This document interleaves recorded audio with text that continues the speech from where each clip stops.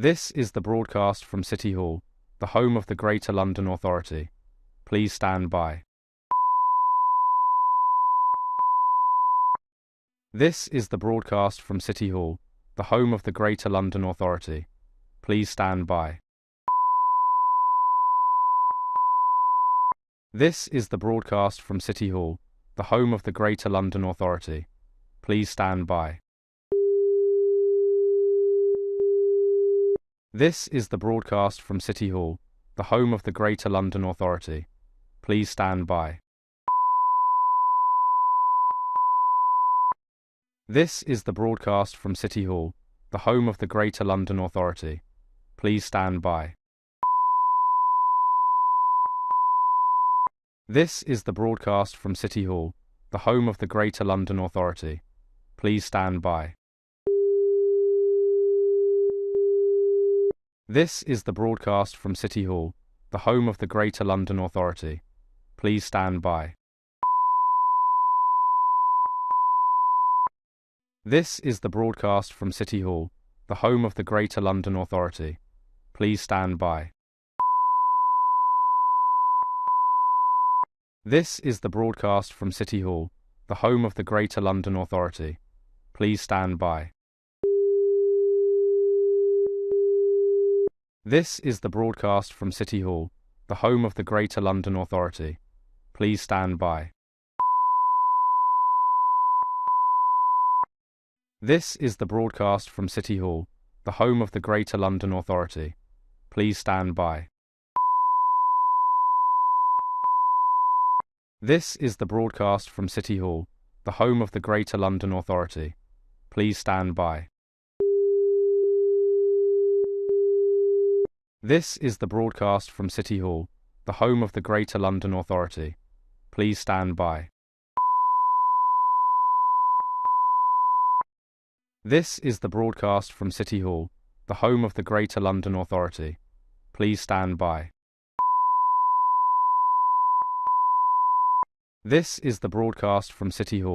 the home of the Greater London Authority. Please stand by. This is the broadcast from City Hall, the home of the Greater London Authority. Please stand by. This is the broadcast from City Hall, the home of the Greater London Authority. Please stand by. This is the broadcast from City Hall, the home of the Greater London Authority. Please stand by. This is the broadcast from City Hall, the home of the Greater London Authority. Please stand by. This is the broadcast from City Hall, the home of the Greater London Authority. Please stand by. This is the broadcast from City Hall, the home of the Greater London Authority. Please stand by. This is the broadcast from City Hall, the home of the Greater London Authority. Please stand by. This is the broadcast from City Hall, the home of the Greater London Authority. Please stand by. This is the broadcast from City Hall, the home of the Greater London Authority. Please stand by. This is the broadcast from City Hall, the home of the Greater London Authority. Please stand by. This is the broadcast from City Hall, the home of the Greater London Authority. Please stand by. This is the broadcast from City Hall, the home of the Greater London Authority. Please stand by. This is the broadcast from City Hall, the home of the Greater London Authority. Please stand by. This is the broadcast from City Hall, the home of the Greater London Authority. Please stand by. This is the broadcast from City Hall, the home of the Greater London Authority. Please stand by. This is the broadcast from City Hall, the home of the Greater London Authority. Please stand by. This is the broadcast from City Hall, the home of the Greater London Authority. Please stand by. This is the broadcast from City Hall, the home of the Greater London Authority. Please stand by.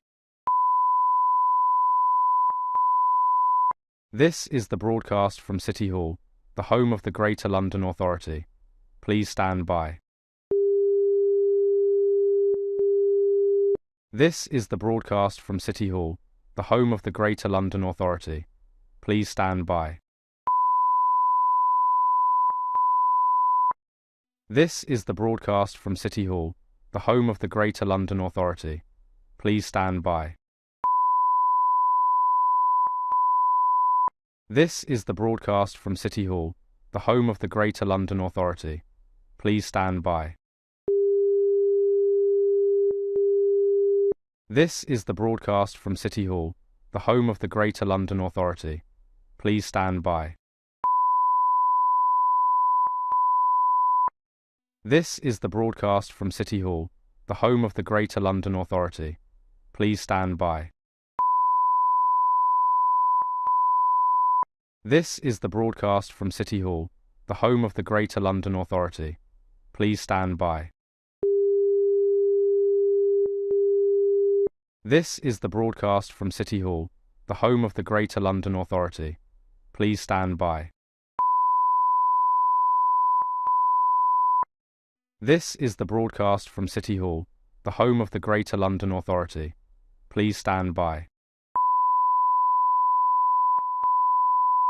This is the broadcast from City Hall, the home of the Greater London Authority. Please stand by. This is the broadcast from City Hall, the home of the Greater London Authority. Please stand by. This is the broadcast from City Hall, the home of the Greater London Authority. Please stand by. This is the broadcast from City Hall, the home of the Greater London Authority. Please stand by.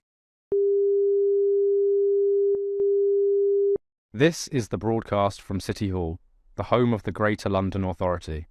Please stand by.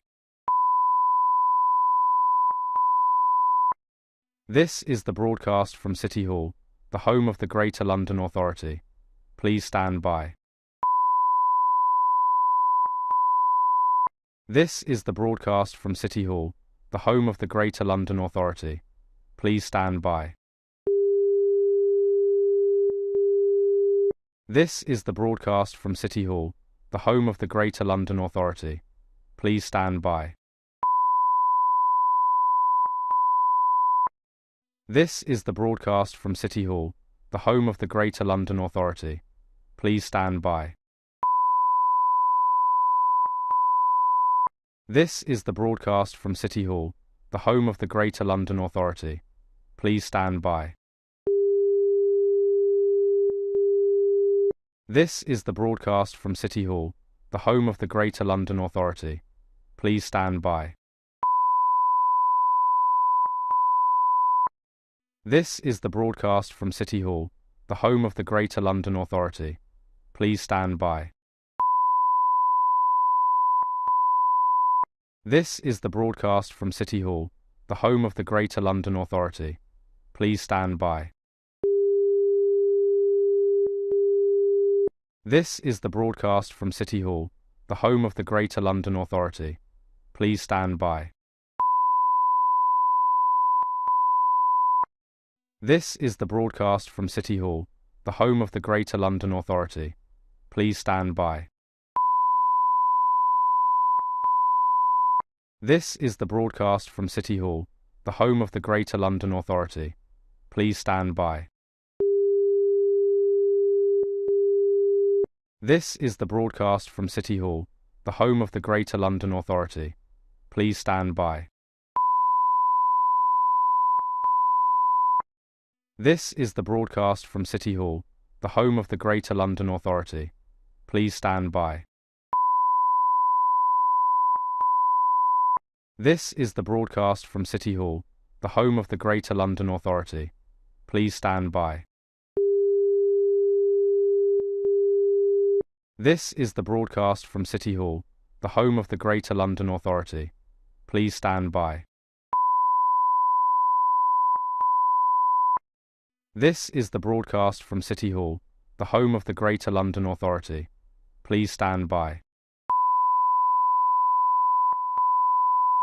This is the broadcast from City Hall, the home of the Greater London Authority. Please stand by. This is the broadcast from City Hall, the home of the Greater London Authority. Please stand by. This is the broadcast from City Hall, the home of the Greater London Authority. Please stand by. This is the broadcast from City Hall, the home of the Greater London Authority. Please stand by. This is the broadcast from City Hall, the home of the Greater London Authority. Please stand by. This is the broadcast from City Hall, the home of the Greater London Authority.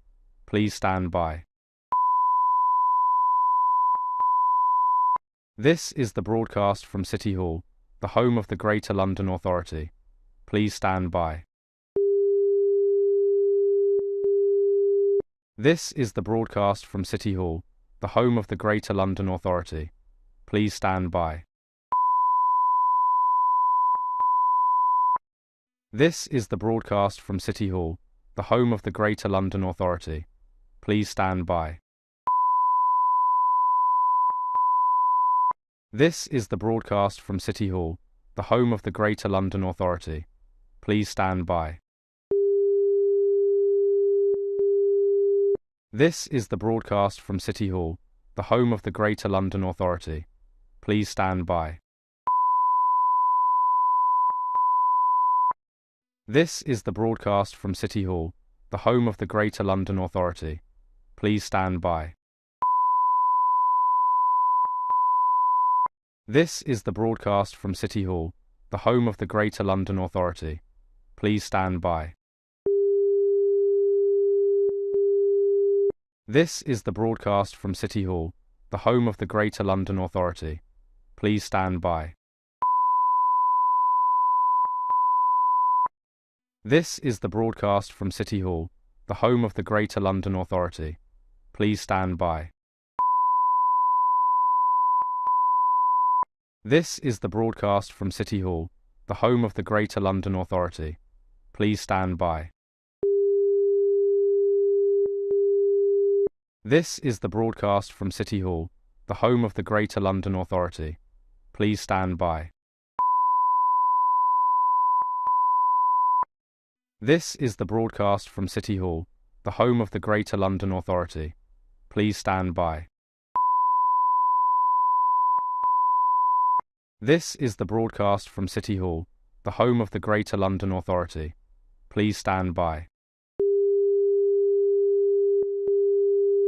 This is the broadcast from City Hall, the home of the Greater London Authority. Please stand by. This is the broadcast from City Hall, the home of the Greater London Authority. Please stand by. This is the broadcast from City Hall, the home of the Greater London Authority. Please stand by. This is the broadcast from City Hall, the home of the Greater London Authority. Please stand by. This is the broadcast from City Hall, the home of the Greater London Authority. Please stand by. This is the broadcast from City Hall, the home of the Greater London Authority. Please stand by. This is the broadcast from City Hall, the home of the Greater London Authority. Please stand by. This is the broadcast from City Hall, the home of the Greater London Authority. Please stand by. This is the broadcast from City Hall, the home of the Greater London Authority. Please stand by. This is the broadcast from City Hall, the home of the Greater London Authority. Please stand by. This is the broadcast from City Hall, the home of the Greater London Authority. Please stand by. This is the broadcast from City Hall, the home of the Greater London Authority. Please stand by. This is the broadcast from City Hall, the home of the Greater London Authority. Please stand by. This is the broadcast from City Hall, the home of the Greater London Authority. Please stand by.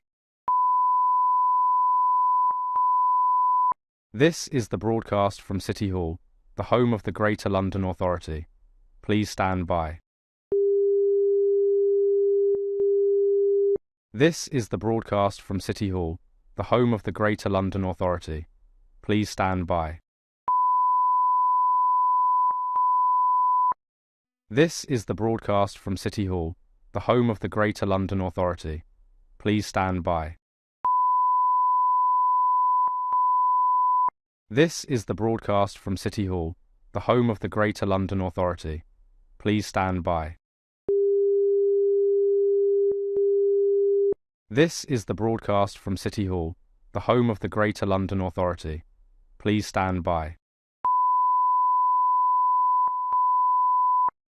This is the broadcast from City Hall, the home of the Greater London Authority. Please stand by. This is the broadcast from City Hall, the home of the Greater London Authority. Please stand by. This is the broadcast from City Hall, the home of the Greater London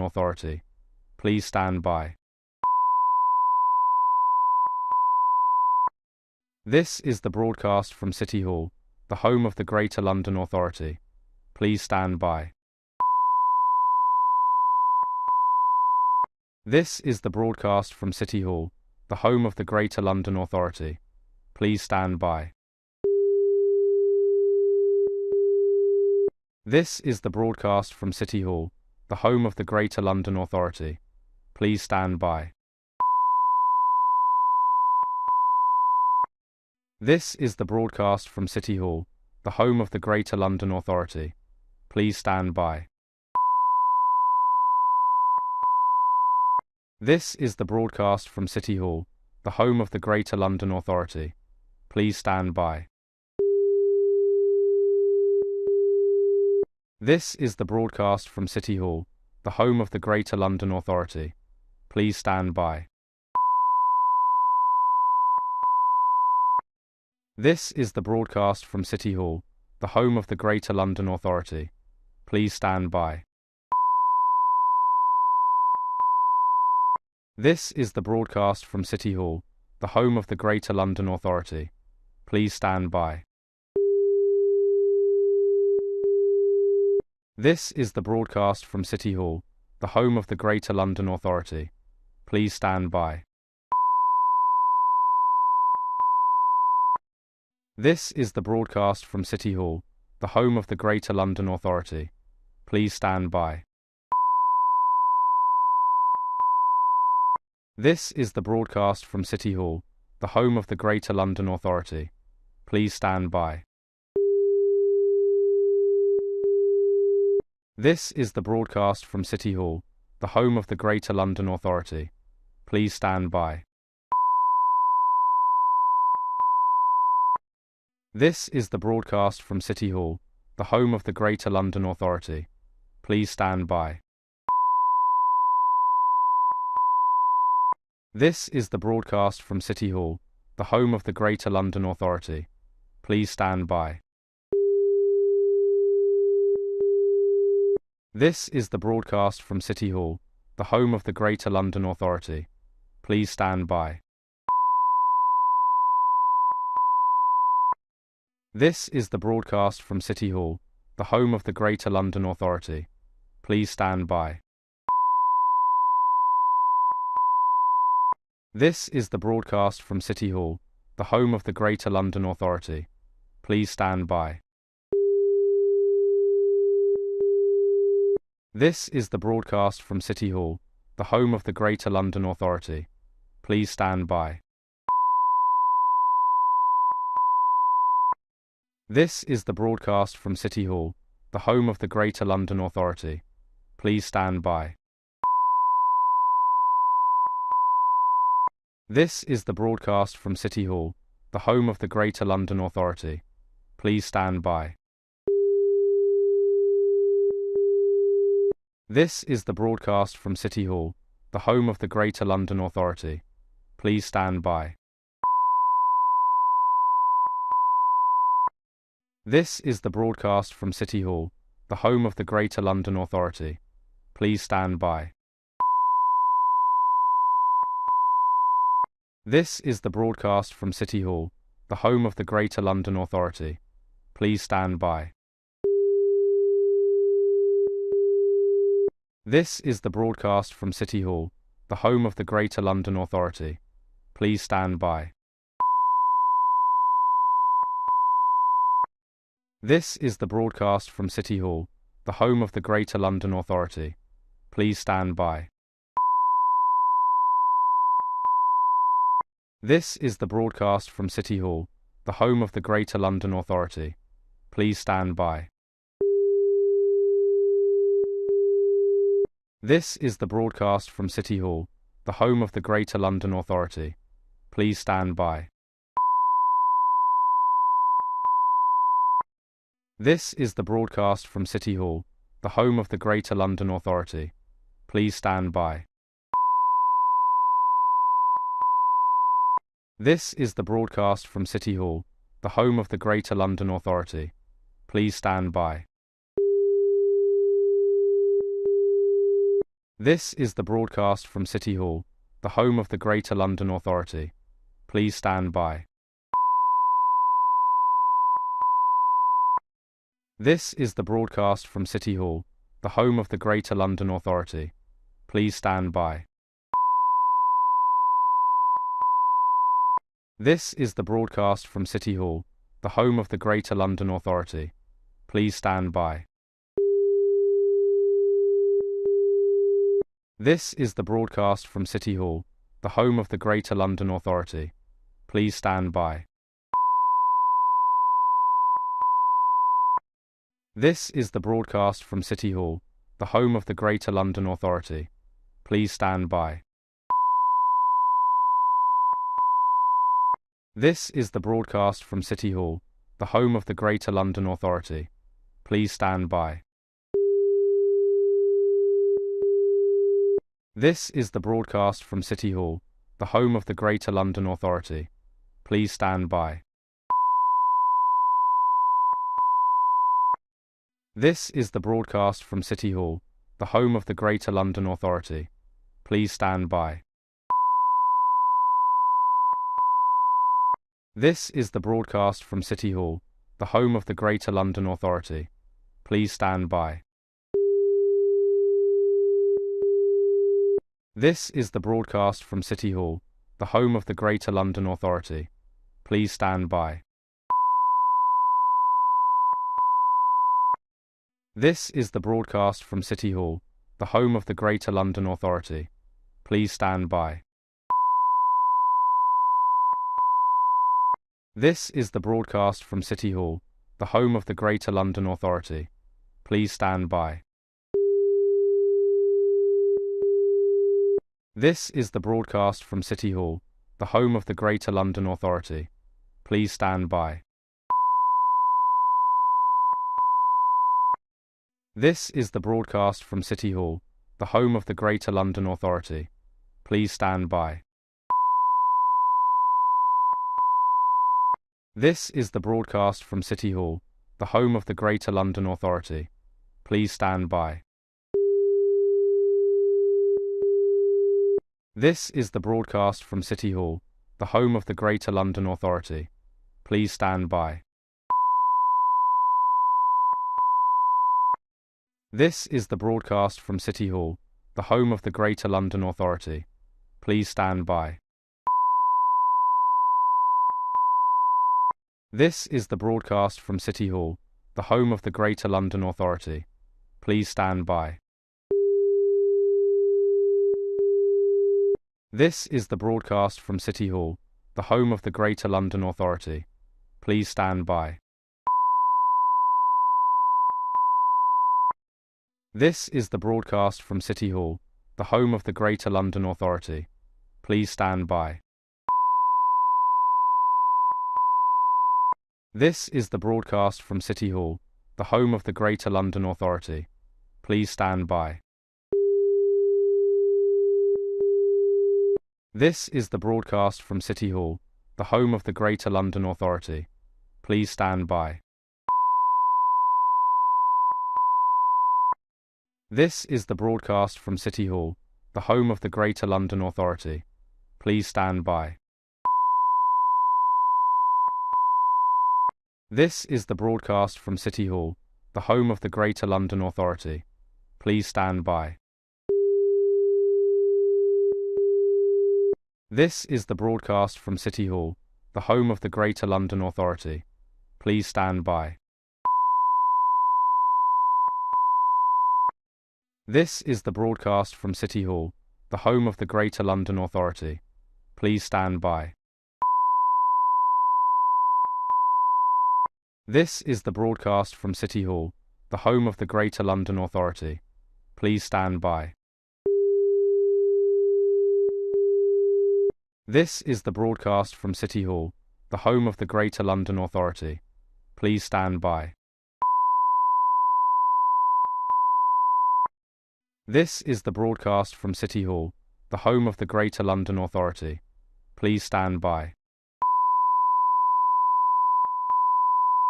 This is the broadcast from City Hall, the home of the Greater London Authority. Please stand by. This is the broadcast from City Hall, the home of the Greater London Authority. Please stand by. This is the broadcast from City Hall, the home of the Greater London Authority. Please stand by. This is the broadcast from City Hall, the home of the Greater London Authority. Please stand by. This is the broadcast from City Hall, the home of the Greater London Authority. Please stand by. This is the broadcast from City Hall, the home of the Greater London Authority. Please stand by. This is the broadcast from City Hall, the home of the Greater London Authority.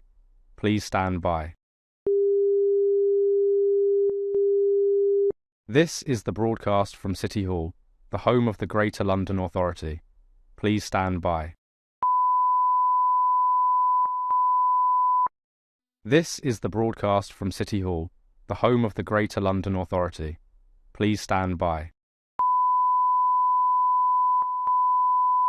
This is the broadcast from City Hall, the home of the Greater London Authority. Please stand by. This is the broadcast from City Hall, the home of the Greater London Authority. Please stand by. This is the broadcast from City Hall, the home of the Greater London Authority. Please stand by. This is the broadcast from City Hall, the home of the Greater London Authority. Please stand by. This is the broadcast from City Hall, the home of the Greater London Authority. Please stand by. This is the broadcast from City Hall, the home of the Greater London Authority. Please stand by. This is the broadcast from City Hall, the home of the Greater London Authority. Please stand by. This is the broadcast from City Hall, the home of the Greater London Authority. Please stand by.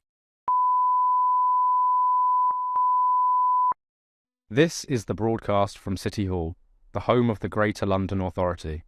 Please stand by. This is the broadcast from City Hall, the home of the Greater London Authority. Please stand by. This is the broadcast from City Hall, the home of the Greater London Authority. Please stand by.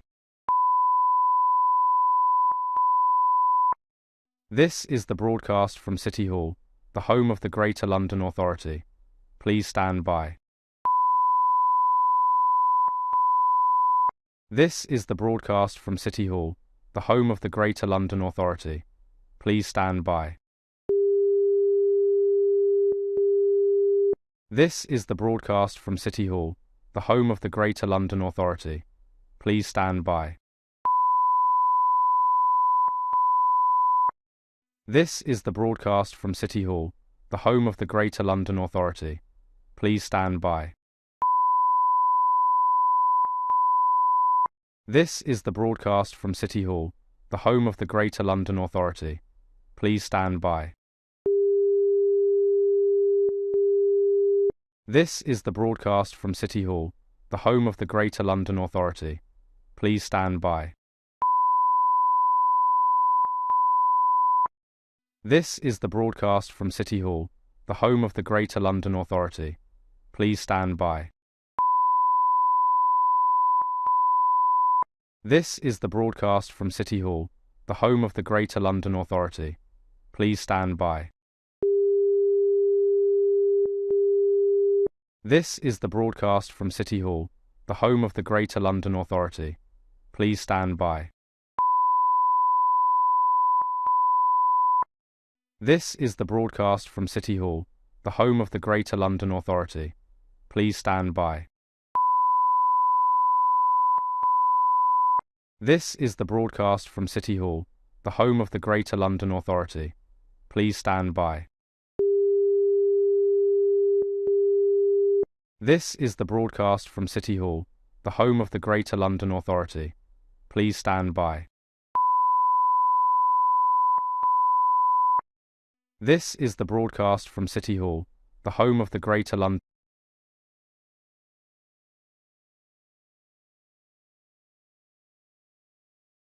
Good morning, everyone, and welcome to this morning's meeting of the Budget and Performance Committee. Can I ask everyone just to make sure that your phones are switched to silent and not buzzing near your microphone, just to avoid any interruptions? Can I ask our clerk, Hannah Barlow, if any apologies have been received? Thank you, Chairman. No apologies received. Okay, and can I ask the committee to note the recommendations set out at item 2 and ask if members have any other interests to declare? And can I ask the committee to confirm the minutes of the meeting of the committee held on the 16th of December 2025 to be signed by me as a correct record? And summary list of actions, can I ask the committee to note the completed and ongoing actions from its previous meetings and the additional correspondence received?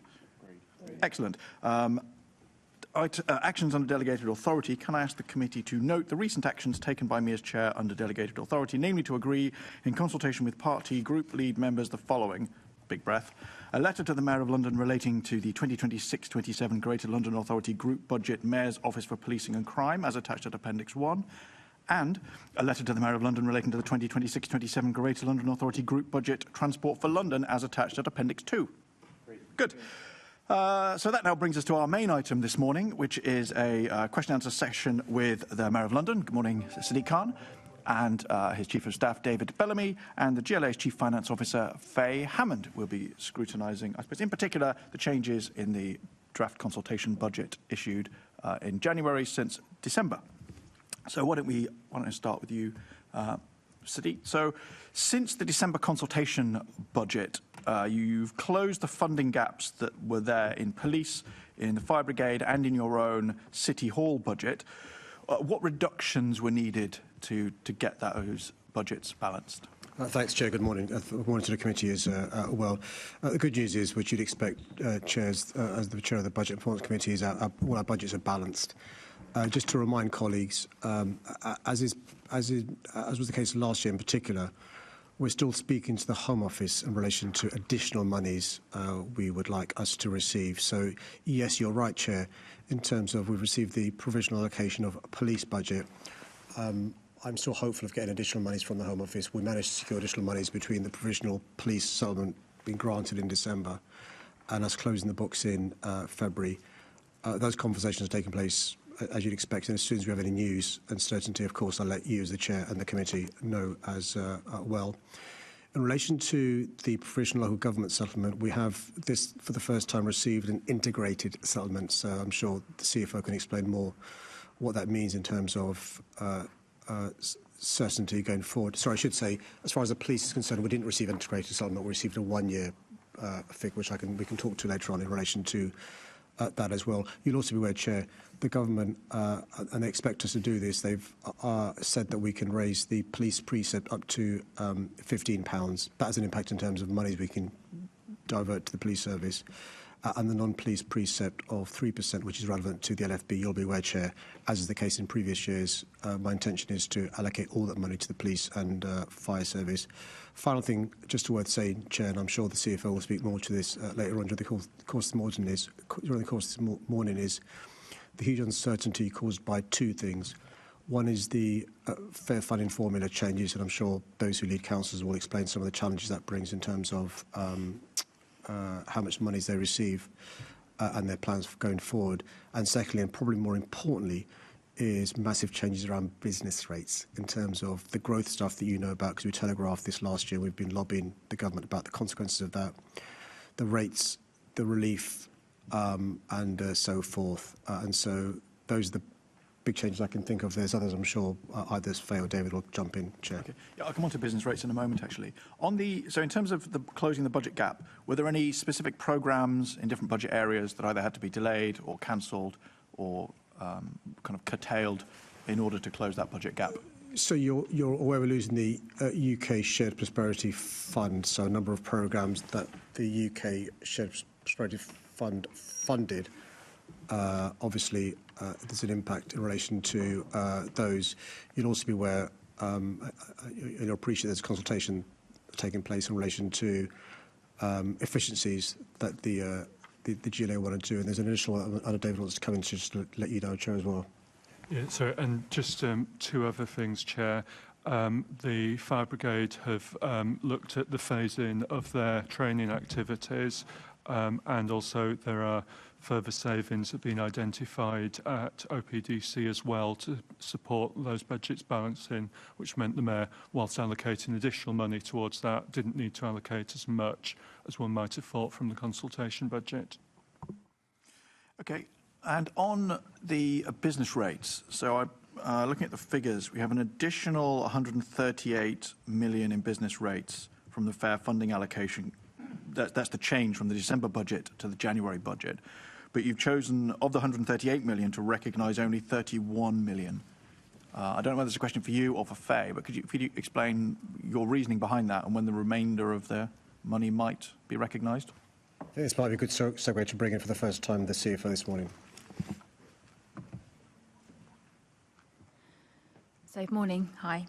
So, effectively, as you said, when we came to you earlier on in the this month, we talked about the fact that we had £138 million worth of business rates, of which we've agreed at this point in time, I've advised them at this point in time to be incredibly cautious about spending that funding. And the main reason for that is that, or several reasons for that, but one of the things about our settlement as it stands at the moment is that not all of that settlement is guaranteed. Only 67% of that is subject to a safety net. So that means that if we get a change in business rates, we're not 100% sure, or that we'll have change in tariff as well, but effectively, you know, that funding isn't guaranteed because of the fact we don't have that full protection on the full 3 billion. In addition to that, as we've had many discussions here about the extent of the business rate reforms. They're significantly significant change from previously. And we're just not sure how boroughs are going to respond to this reform and how they're going to present their budget figures in terms of the NNDR ones. And there are some particular risks in there. For example, there's been some big movements. A good example of that would be Heathrow, where, for example, their business rates have changed significantly. Although there's a transitional arrangements, it's now actually a big part of our risks that we're carrying across London. And we don't know, in terms of things like appeals, collection rates, the actual financial positions of the boroughs themselves. They'll be thinking about, I was in that position myself, they'll be thinking about all these kind of things when they make a judgment call about what's in the NNDR1. And I'm advising the Mayor at this moment with this level of uncertainty that we just don't want to make that level of commitment when in actual fact in 2 or 3 weeks' time we'll have much more certainty and then you're able to make a decision wisely based on the information that's known. Okay. And one more thing that I think is useful to know in this context is that although we're talking about £138 million for the current year, in 2 years' time, that only becomes 83 million. And so actually you also want to be cautious about committing the full extent of that anyway on an ongoing basis, given that in 3 years' time, as our transitional protection falls away, we're only likely to have additional of about 83 million. Okay, so the final draft budget, which we're obviously expecting in February, and that will be after the end of January deadline for the council collection. So you think this number should be firmed up, whether it's higher or lower than the current figure, it should be firmed up in that budget? That's correct, yep. So we're still waiting for the final settlement, including police settlement, which is also a key part of our thinking around, you know, where that's going to land and what commitments that means for us. And so it won't be until the returns come in, and then also we have the final settlement from government, which is early February and possibly a bit later than we might usually expect. So there'll be a lot of work being done between that point and final budget stage. So when do we think the final settlement is, and when is that in relation to when we have to publish or when you publish your final budget? So last year the government's settlement to us was on the 3rd of February. We've had anecdotal information it might be later than that, but that's not agreed. I haven't heard that directly, so it could be later than that. And then we will be setting our final budget on the, I'm going to say 15th, but it might be the 18th of February. The 18th is when we publish. Obviously, yeah. Decisions need to be made somewhat in advance of that, but 18th is when we published. Yeah. Presumably it's the budget itself being very late, sort of pushed back itself, is what pushes all these other things along, is it? I mean, there's always just a little bit about where does the start of a particular week fall, just in the normal calendar, in the way we're familiar with the scheduling of our meetings. I suspect, given this, the scale of the change in the local government funding system, they thought it prudent just to give themselves a few more days so that they can, if there are things coming out of the government's consultation on the provisional settlement, they have time to respond to that. So, I can understand why they've given themselves a few more days, if that is in fact what's happened. I mean, just to say, Chair, from conversations I had with the politicians, definitely budget being later was an impact in terms of department politicians just wanting to wait until the budget. So, but it's different for obviously officials. Yeah, that makes sense. And then final question from me then is the other uncertainty, if you like, about business rates is subsequent to the budget, the hospitality in particular, but actually lots of industries that employ generally lower paid staff have pointed out the cumulative impact of lots of things, including business rates, and they're lobbying quite hard for some changes, by which they mean cuts to business rates, and obviously that would impact all of this as well. Is that something that's on your radar as well in terms of uncertainty and what effect that would have on us? So it's definitely on my radar. In terms of uncertainty, should there, in terms of reliefs, what generally happens is the government will fund those. And so in actual fact, it secures our position more helpfully because rather than having to collect those business rates from the hospitality sector, it will be replaced by government grant effectively. So it's likely to improve the situation for us rather than reduce it in terms of the collection rate. But just in general, there's just so many uncertainties that we just remain cautious until we get those returns in. Got you. So actually then, so anything, it's unlikely you think to be a change to the business rates, the actual figures on business rates. It would be that the government would effectively stick some extra cash in, which would therefore presumably be a temporary relief for those businesses, and it would revert to whatever the underlying rules are in, say, year 2, year 3. Is that? Yeah, that's correct in terms of reliefs, but our actual uncertainty is around how the forecasts of those individual boroughs. That's our more concern around uncertainty and what they're imagining they are going to, or planning their budget plans talk about. What they're going to receive, the level of appeals, what they can collect, but the collection rates for any government relief means that borough would have to collect less money, so therefore their collection rates would improve and therefore the business rate base goes up. Okay. Assembly Member Clark. Oh, sorry, I thought someone over here was waving at me. No, in that case... Oh, I don't know why they're waving at him. In that case, I shall move us on to our first substantive section, which is the GLA Mayor section of the budget. Assembly Member Mahfouz. Thank you. So the last time that we saw the budget, we had a gap of £15.5 million, which has been, you've identified savings to close that gap.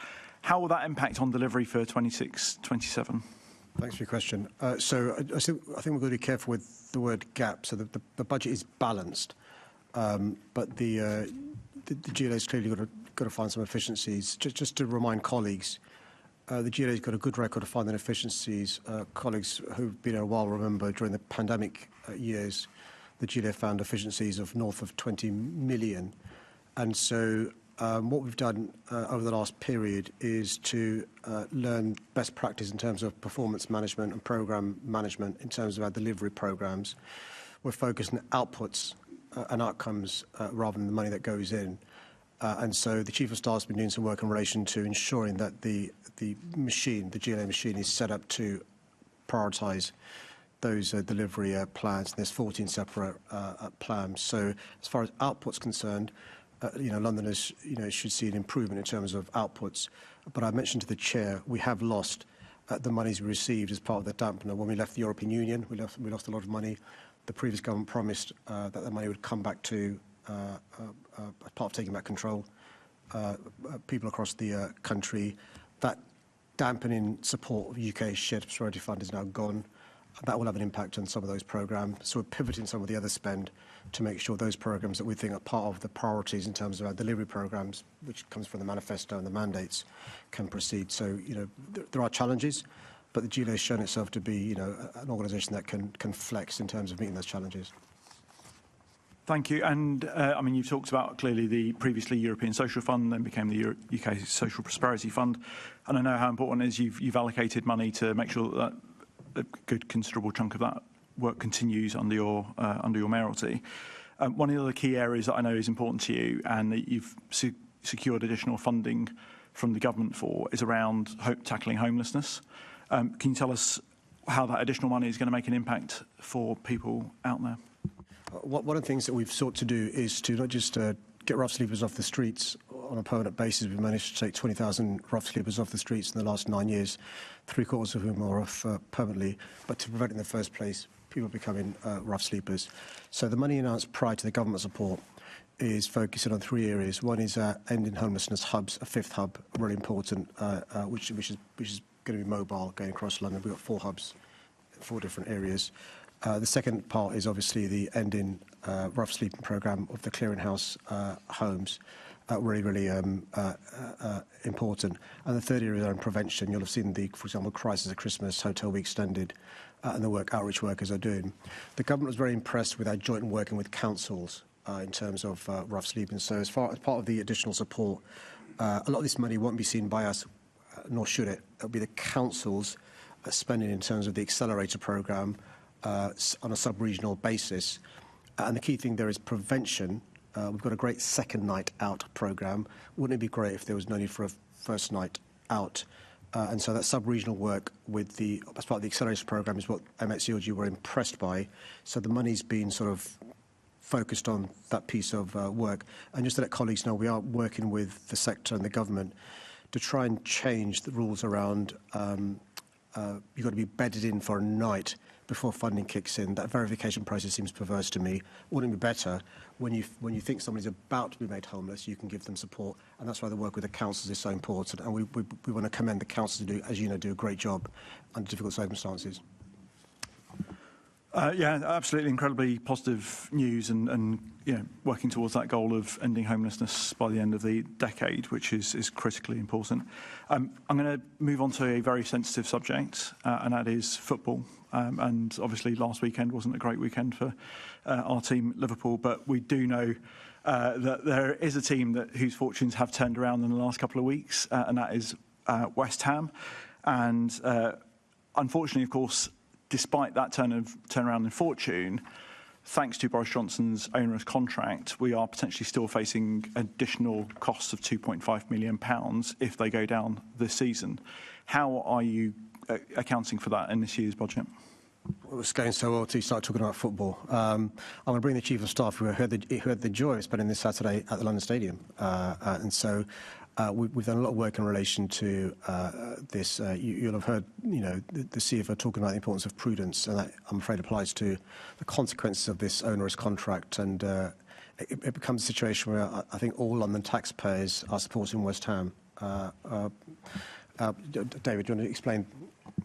Yeah, of course. And yeah, as you say, Mayor, I was at the stadium on Saturday behind the scenes looking at the safety and associated operations and all the effort that the team there put in to look after all the people there enjoying the game. In the draft group budget, we've said that we will put the £2.5 million aside in reserves so that the money is there should West Ham be relegated.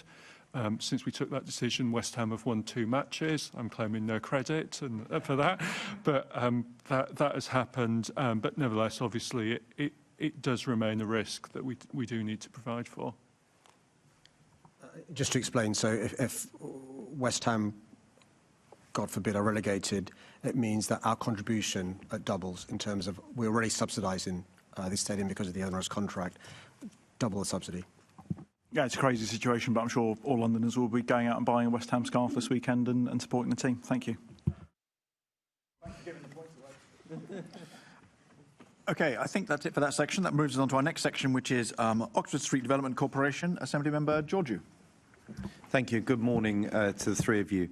So, Mr Mayor, the 26-27 Oxford Street Development Corporation budget states that the pedestrianisation programme of Oxford Street West, approximately one half of the street, will cost £144 million over 5 years. Is this in line with what you expected when you announced the programme?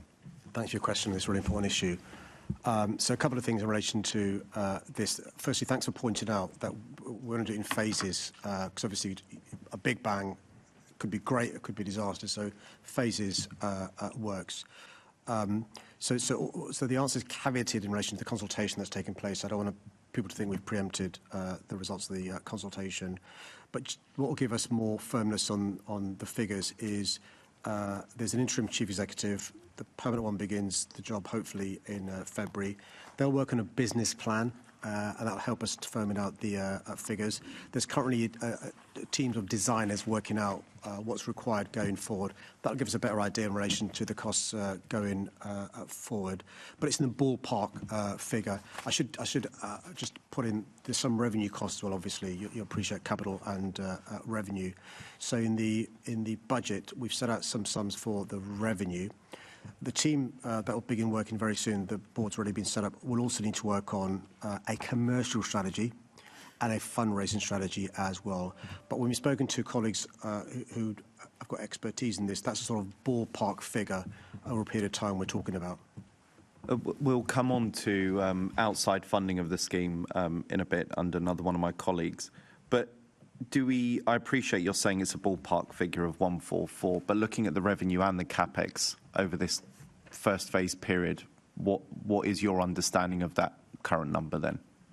So the 150 million, largely capital, some revenue costs for Oxford Street West was an estimate that was devised with TfL working with the Oxford Street transition team at the GLA.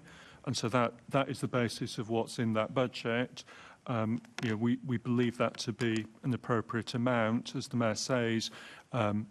Assuming, subject to consultation, assuming this continues, it will be influenced by design work and any feedback that comes in.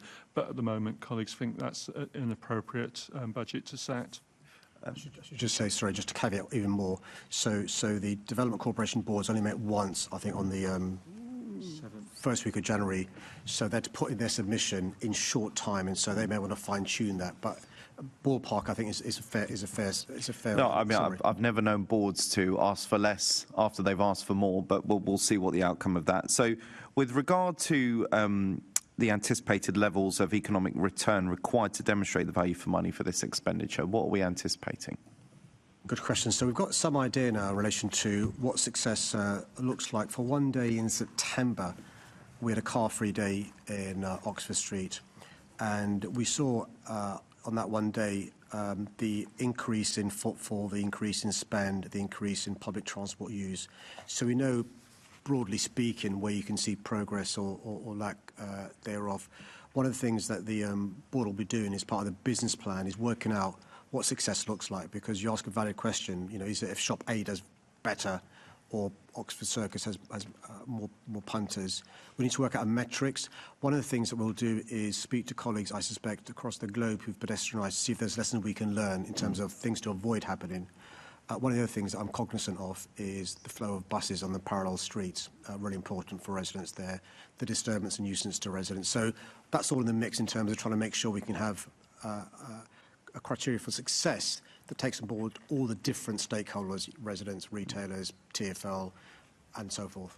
No, and obviously I think we both appreciate this meeting isn't about the principle of the scheme. I know many colleagues around the table have different opinions as well as you do. But according to the budget submission from that first meeting, the OSDC's capital financing costs of nearly £20 million over the next 3 years are expected to be covered by income generation. Now, going back to your previous answer, the board is banking a lot on saying that this will partially wash its face based on income generation, but then obviously going back to your exchanges with Faye and David and the chairman, going back to the business rates review, which of course Oxford Street is packed with businesses. That's what we love about it, very popular. But, going back to this point of income generation, how realistic is it? Because, sorry, just to say, not just income generation for the local businesses, but also the London taxpayers that are footing a large part of the bill for this. And we've got to learn the lessons from the mess made with West Ham by the previous mayor. You're right to allude to this. I think we've always accepted we've got to pump prime the project. We've always accepted that. The potential income sources, and I use the word potential in terms of income sources, just to give you an idea of us not putting all our eggs in one basket, is advertising, events, commercial partnerships, planning fees, external contributions, philanthropy, and so forth. So I think your counsel is a smart one in terms of don't put all your eggs in the basket for business rates, for example, for the reasons the CFO has referred to. One of the things I'm hoping that the business plan, the commercial strategy and the fundraising strategy that the board are working on is that may give all of us some more confidence about us pump priming, not just leading to a sort of a grant, but more akin to a loan, where we're putting money in with the expectation that we get it back. Okay, and last question from me on this bit. What are your estimates for later phases of the transformation of Oxford Street? So the team, thank you. So the team have sort of set out what they want to see in the first year. That may help. So in relation to the first year, 26-27, the focus is initial public realm improvements subject to consultation. Those won't be permanent for obvious reasons, but we don't want them to be improvements that you've got to rip out for the permanent stuff. So it's really important they're cognizant of the permanent ones. Get the planning department set up, high planning service, really important. Get the partnership approach right, and also work with key partners to deliver an exciting programme of events and activations, and obviously to build the team up. That's year one. From that will flow plans going forward. And as the Chief of Staff set out, actually, you said it in your question, the assessment of the funding we need is over 4 years. So your phase, the improvements for Oxford Street over the 4 years, I would hope to see, subject to consultation, becoming car-free in that portion you said this year, even if it's interim. So what people will see this year ain't the finished article, but it will hopefully lead to in that part of the road. Sorry, Mr. Mayor, just what you're talking about is what you'd like to see. My question was more about the cost for the later phases. I beg your pardon. Yeah, it's okay. Yeah, so I don't think that, the Development Corporation have been in existence a matter of weeks. I don't think we've got to a point where we've put costs on that. The focus has been very much on trying to get the first phase moving, and then we'll come back to those costings.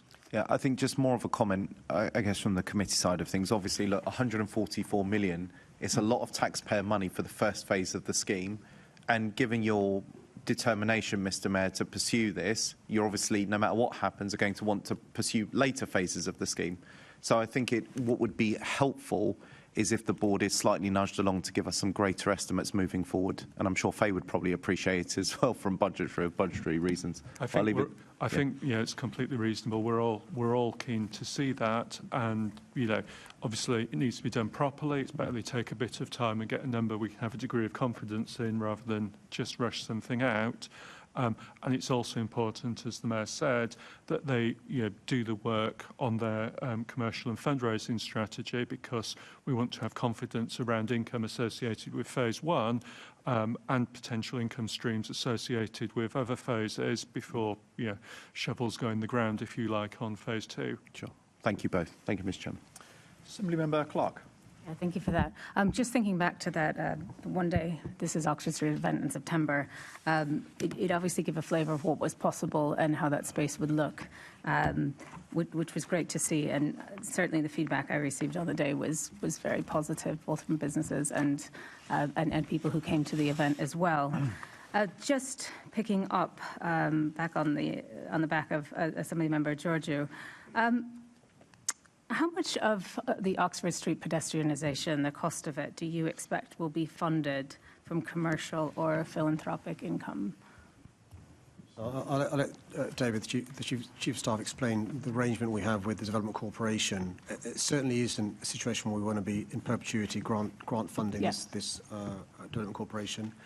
One of the tasks of the board and the new chief executive when he begins is to work out diverse funding streams. The great news is, which gives me confidence about the appetite from the private sector, is since we announced this scheme, there has been huge interest from businesses and wanting to come to Oxford Street, which shows they can see the benefits of pedestrianisation. The business strategy and the fundraising strategy will be able to answer your question better in terms of detail and confidence.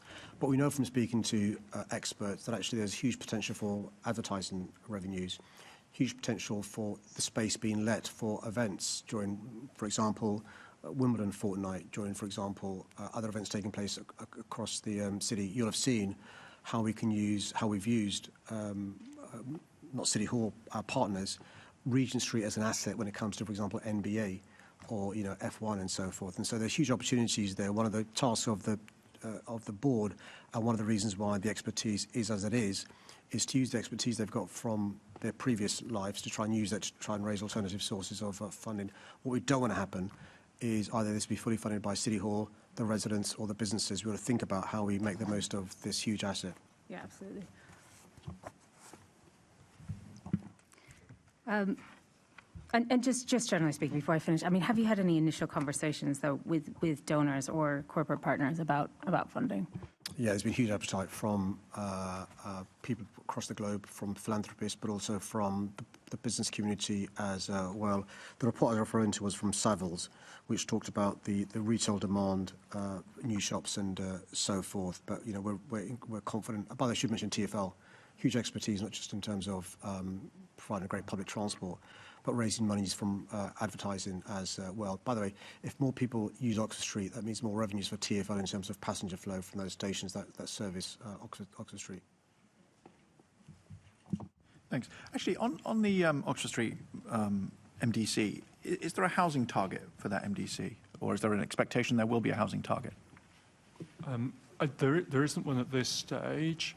I mean, obviously, like all MDCs, it will need a local plan, and one of the things that the budget does is provide a little more funding for planning than it will get as a run rate in order to create that London plan. So whether it's appropriate to set a housing target for its area or not is something that will be explored through that process. I should just reassure you that there are representatives from both Camden and Westminster City Council on the board. We're very careful not to tread on toes. But just to reassure you, and actually it's the leaders of both councils who are on the board as well. So if that's something that they'd want the board to look into, I'm sure that conversation that could be had. I'm just conscious that, housing hasn't been part of the conversation, but obviously an MDC is fundamentally a development vehicle, and Westminster and Camden have housing targets, which I'm sure they'll perhaps offload is a loaded term, but I'm sure they'd be happy to understand correctly what the arrangement is between their own borough housing targets and the MDC housing targets. So presumably, when is that likely to be finalised? I couldn't give you a timeline for it. I think you make a fair point there, Chair. Obviously, that's the same with the two existing development corporations, although LRDC now no longer has planning powers. But that interplay is something that we're familiar with, and so obviously we'll be ensuring that Oxford Street, as a new development corporation, talks to colleagues in the others and gets the learning it can from that. Okay, I don't see any other indication, so then we move on to our next section, which is on policing. Assemblymember Hall. Good morning. Can I start by asking you about this new National Police Service that Shabana Mahmood mentioned yesterday? Does this, or is this likely to take any funding away from the Metropolitan Police Service? So I'm not on top of the detail, but Senator Hall will know that the Met Police Service does a huge amount of work in relation to counter-terrorism and often receives monies as part of the counter-terror support the Met Police Service gives. A lot of that is ring-fenced, but there can be no doubt if there is a national police service, it'll have implications for the strategic and national roles the Met Police Service does. And Sir Mark is working closely with the Home Office in terms of not just providing his expertise to what the new National Police Service should be, but also, clearly, the consequences on the Met Police Service. I wonder if you do know this, because I've been quite confused by what I've been seeing over the last couple of days, and as you know, I care about policing desperately. She said that this new service, the NPS as opposed to the MPS, I'm sure that will never cause any confusion. She said that it would take work away from the front line, our frontline officers. But our frontline officers don't deal with counter-terrorism or fraud, all those things. They don't. The frontline officers are far more the neighbourhood teams, the response teams. So what do you think she meant by that? I mean, I've got to confess, Chair, I've been distracted by other things. I've not had a chance to look at the details of her announcement. My understanding is she's making a statement at 3:30, and there'll be a document published. Now, I'll make sure that I share what was published, but also make sure that the Commissioner and myself look in detail at what's published to ensure it doesn't adversely affect policing in this great city. Had she not discussed this with you at all, Mayor? We've had a conversation in relation to the principles of what National Police Service would look like, but I've not seen the detail. Oh, I'm surprised. I'm surprised at that, because you were so keen on having a Labour government. Everybody rather thought you'd have your finger on the pulse, and policing matters so much to all of us in London. Anyway, so let me go on. What is your ambition for the numbers of police officers across London? So for 26-27, yeah, or generally speaking? In general, by the end of your term. Sure. So by the end of this term, I'd hope to see more neighbourhood police officers and PCSOs in London.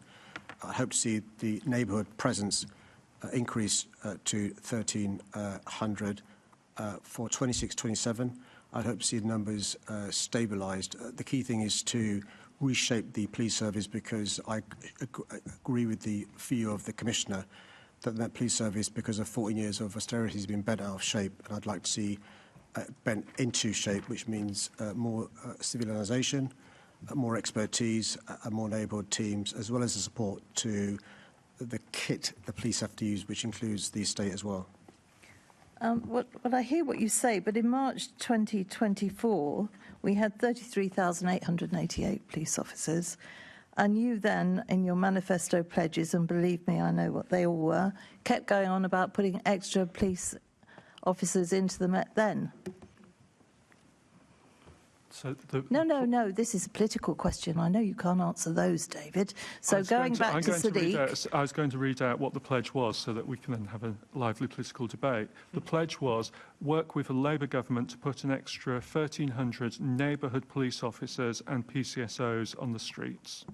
OK.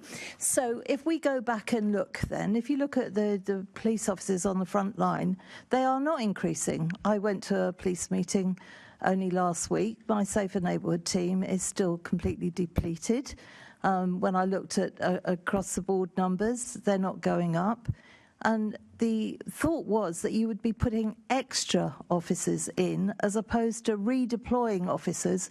The amount of different units that have been closed down in the police in order, we hear, that they can go onto the front line. But the truth is they're not going onto the front line. Where are these police officers? Well, there have been in the past too many police officers, and there still are, doing back office functions, doing functions that aren't frontline policing. So in the years 25-26, the Commissioner's managed to increase the numbers of neighbourhood police officers by 420, and the numbers of PCSOs in neighbourhood policing by 50. We've also got from this government, which allows us to have a moment of maximum opportunity, additional sums last year, including ring fence for neighbourhood police in a specific grant. Last year, 25-26, this year, I beg your pardon, we received from the government an additional £230 million, which is more than the previous 10 years put together. Some of that was ring fenced towards neighbourhood policing. Monies for 26-27 will also have some ring fenced elements for neighbourhood policing, so we'll have additional to the 420 and 50 neighbourhood police officers in 26-27. Yeah, I keep hearing this, but actually I go to the police meetings. I also stop police officers sometimes and ask them, because they're the ones that know what's going on. But looking at the funding, are you surprised and disappointed, I imagine, that the police funding settlement from the government is over £23 million lower than MOPAC originally budgeted for?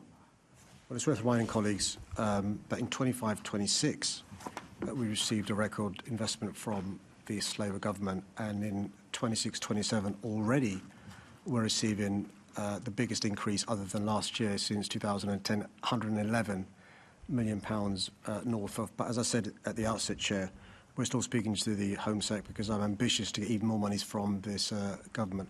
In 2 years, we've had more monies to the factor of, I think, 20 than the previous 14 years put together.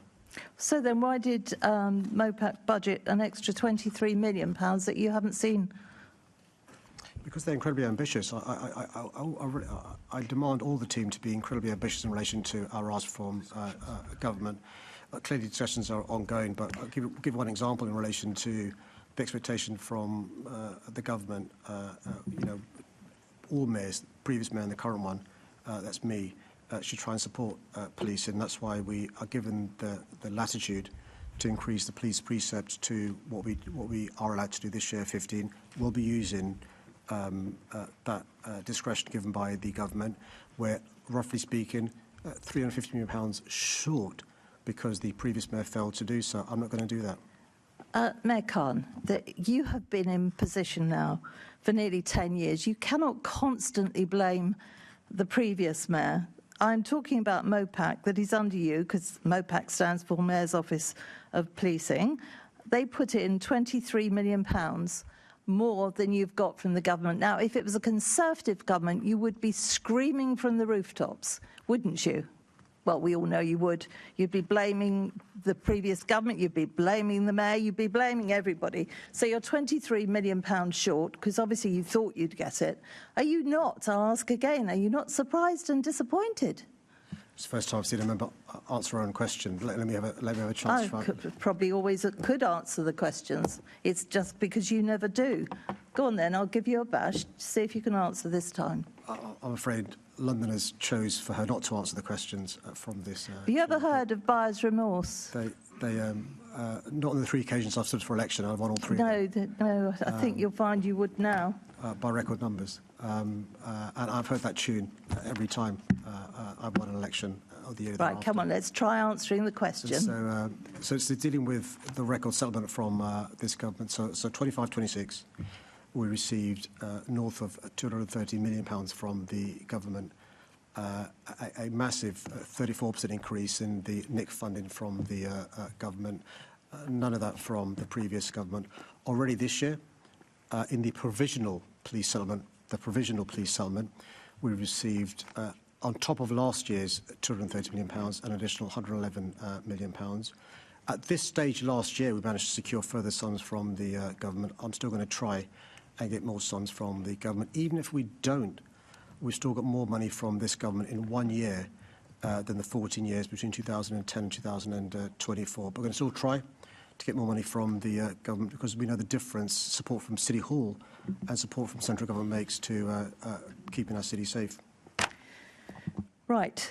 Well, if there's lots more money, I'd really like to know what's happening to it, other than, of course, the increase in national insurance, which for the employers, which I know that the government covers, but that's an extra expense for everybody, I'm afraid. But if you actually look at what's happening, we've got units of police officers being removed, and we're being told that those people are going back onto the front line, back into neighbourhood policing, and there's no evidence of that.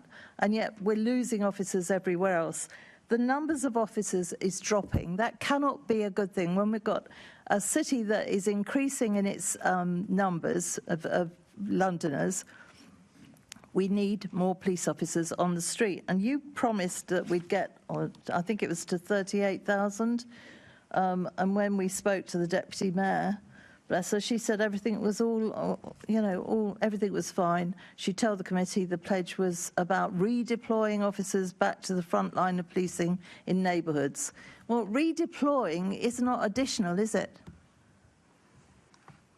Well, the promise was in relation to neighbourhood police officers in our communities. An example of the difference we've made in the last year is the Met has managed to get 561 officers out from behind their desks onto our streets this year. That requires additional funding because the work that was taking place behind those desks still needs to be done.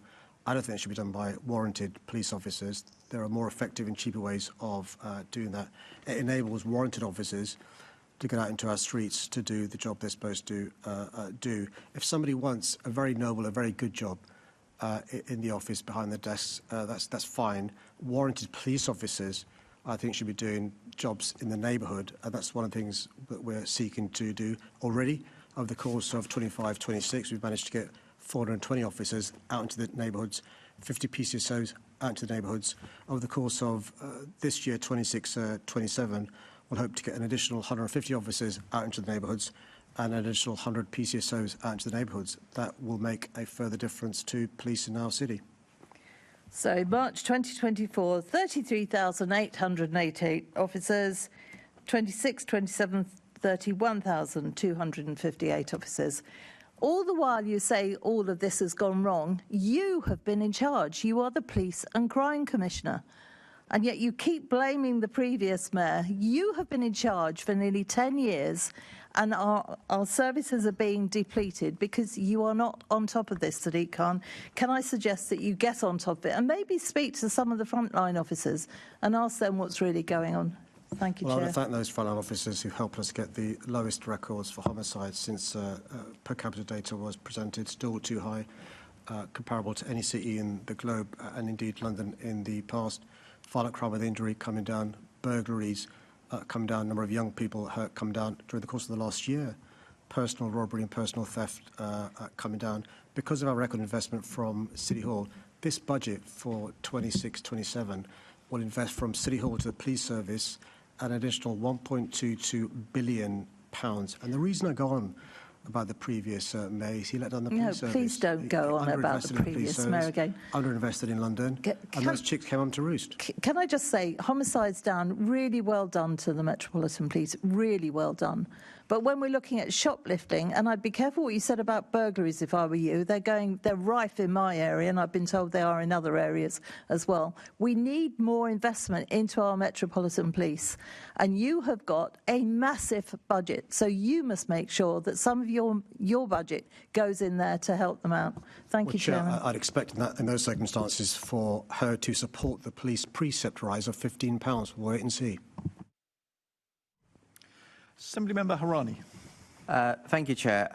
Actually, just looking at police figures for my constituency across Brent and Harrow, I was looking at the other day, and I can see in terms of numbers of PCs and PCSOs from obviously choosing a time when I came into office in May 2021, moving from 155 PCs and PCSOs to 173, so a 12% increase. But one of the issues that residents do report is the amount of time those officers are spending in their dedicated wards, so abstraction rates, which has been recognised by the Commissioner.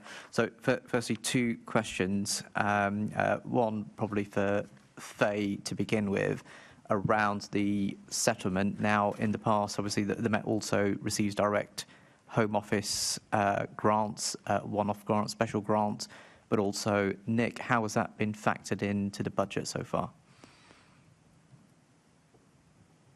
So as I think the Mayor had already explained, we have got an additional level of funding in police compared to previous years. Apologies, let me just get my notes from my previous meeting, which is, so it's £111.2 million more.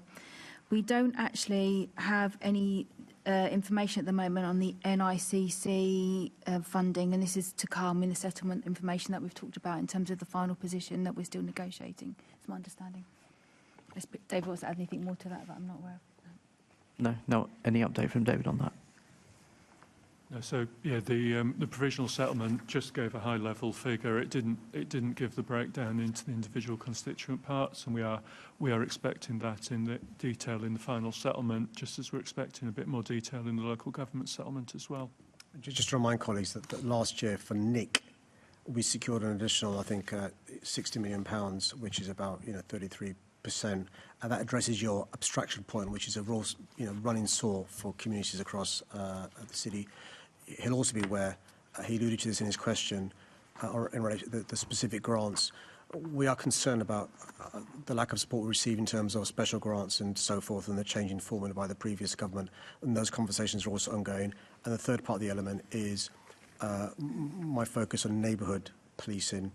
The government again gave specific funds, and they were quite clear this money can only be used for neighbourhood policing as well. So, as Faye said, we're still waiting for the detail so we can apportion those sums in conversation with the police service. Okay, and just looking at the pattern of abstraction, so if I compare the last 3 months compared to the same period a year before, abstractions are actually significantly down. Now, looking at what's happening in terms of the Met Central London activities, is there any sense about sort of the levels of activities that there are now compared to obviously the protests that we've had since 7th October and the activities that have been going on in Central London in particular, about the levels of protests that are now taking place? Is there any change in the situation which might be leading to less abstractions at the moment, or is it still ongoing? No, I'm afraid the bad news is the pressure on the police in terms of protests is still the same amounts. In fact, 2025 may be a record in terms of the number of incidents the police have been called to. That includes ceremonial visits and so forth. What the police have changed, which you've noticed, is how they deal with abstractions. So there is now an arrangement with the BCUs limiting the amount of abstraction from the neighbourhood teams. There is a separate pool in relation to those supports required for the centre, and that's what you've noticed in terms of the last year.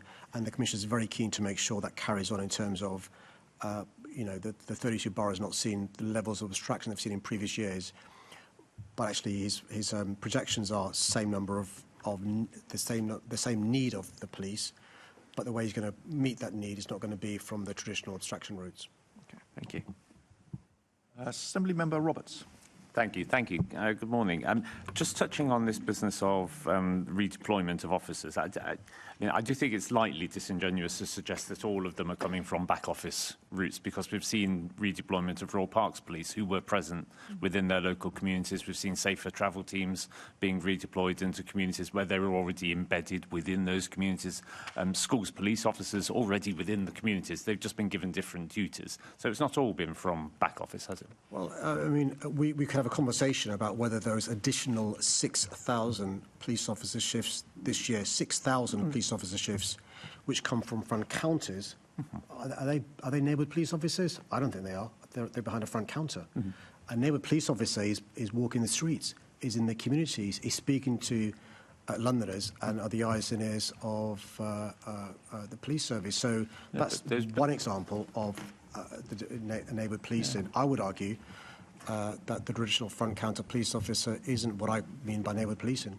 No, I didn't mention front counter police officers at all. I mentioned Royal Parks Police who were already out and about within the community, not hiding behind a bush somewhere within the Royal Park. I would include them in behind the desk. So they're clearly not behind their desk because they're policing our Royal Parks. Absolutely. On the broader point of financing, though, with the new announcements being made by the Home Secretary, obviously if more responsibilities are taken away from the Met, it's highly unlikely, although it would be nice, if the money was to stay. So given that there's going to be money taken away from the Met, if the responsibilities are taken away, are we going to be seeing further tough choices coming down the line, do you think? I think it's too early to say. I think anybody who's going to make those predictions is probably speaking prematurely. But I'll give you some examples that I can really foresee. We funded, with the support from central government, Empress Building, which is a great, I'm sure the committee, if they wanted to go and see this great joint working taking place between the Met Police Service, counter security and so forth, is excellent. That's an example where we funded that piece of work that's taking place. Good question. What happens if there's, a national police service and so forth? So those are some of the issues that we'll have to discuss with the Commissioner, discuss with me and the Home Office and stuff. But sure, there are going to be issues in relation to those issues. There'll be savings as well, because often, some member Harani referred to the abstractions, but often the Met Police Service resources and assets are abstracted for national policing functions. And I say this in a respectful way. Mutual aid doesn't give back what we give, nor does the NIC stuff give us back what we give. So there's going to be some upside, and I'm sure there'll be some downside. But the key thing is to read what the document is, to listen to what the Home Secretary says, then work this through. Okay, and just a very short one, but when do you think we might see some emerging details regarding the impact it's going to have on the budget, as we are here in the budget meeting, rather than just a general policing meeting? I'd be very surprised if this had an impact on 26-27. He'll be aware, and I said this to the Chair, we've not received a multi-year deal for the Met Police Service. We've only got 26-27. We'll have to wait and see if it's a white paper or a green paper that the Home Secretary publishes today, what her timelines are. He'll be aware. I certainly remember I was a Member of Parliament at the time. Previous attempts to reorganise 43 police services didn't quite get there. And so I'm not suggesting this Home Secretary, who's very, very, very able, will not get there, but let's wait and see. Okay, thank you. Thank you, Chair. Thanks. I believe this is the 5th attempt to create such a right? body.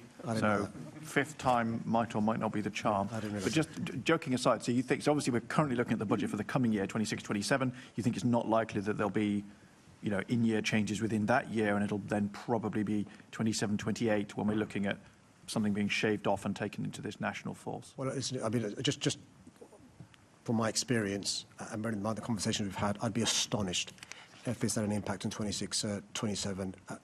If you bear in mind the timelines the Home Sec's announced in terms of a consultation, she'll announce it on the floor of the House today, the work that needs to be undertaken and so forth. And let's wait and see. Okay. Moving on now to the Fire Brigade. Assembly Member Polanski. Thank you, Chair. Good morning. When will the London Fire Brigade have a long-term funding solution for the modern firefighting training programme, and what will this be? Yeah, very good question. Thanks for your question. And thanks for your interest in this issue. It's often forgotten about. So we are keen to make sure that the fire service adapts to meet the needs of a capital city like London. He'll be aware, I know he takes an interest in this issue, the impact on the built environment post-Grenfell. But also he'll be aware about the additional challenges the fire service face in terms of the consequences of climate change, flash flooding.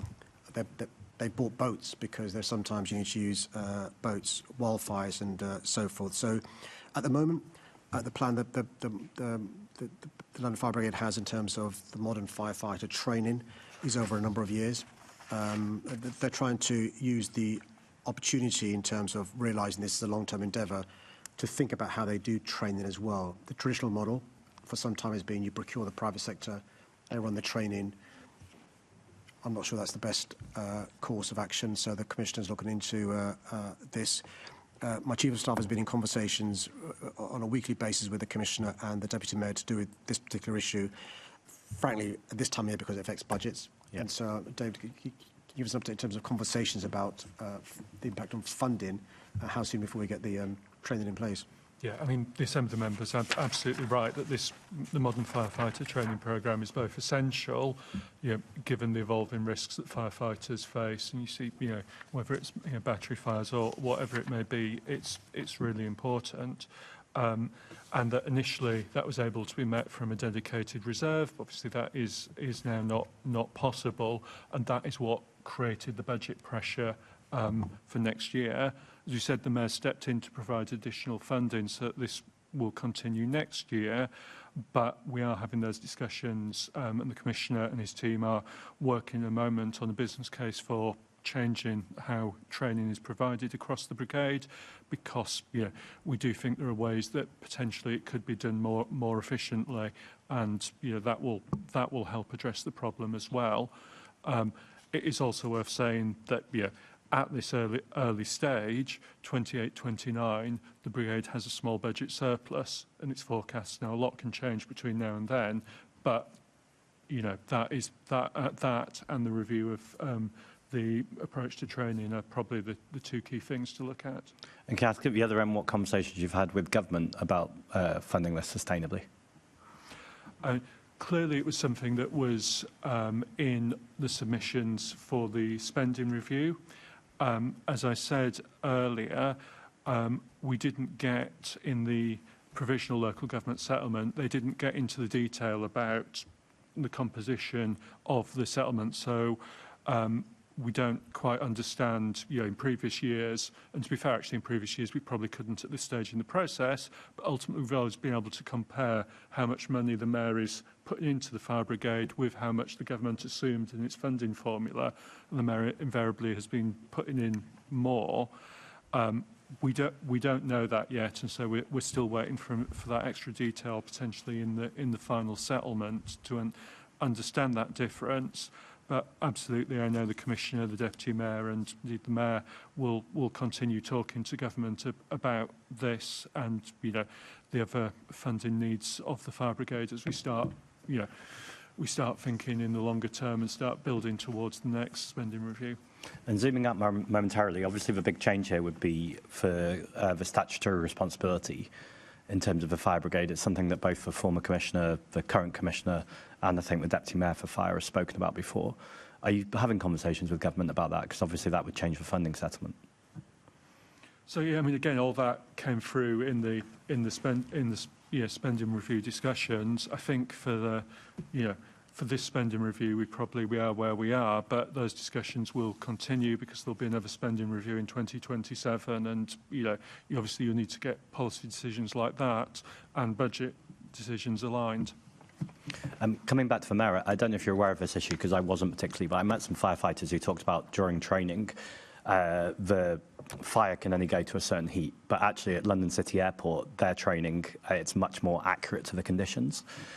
Are you having any conversations with City Airport about using their facilities? It just feels unacceptable that our fire brigade don't have the best equipment that maybe private firefighters might have. Yeah, the LFB speaks regularly to London City Airport and indeed Heathrow as well, for the reasons he's alluded to.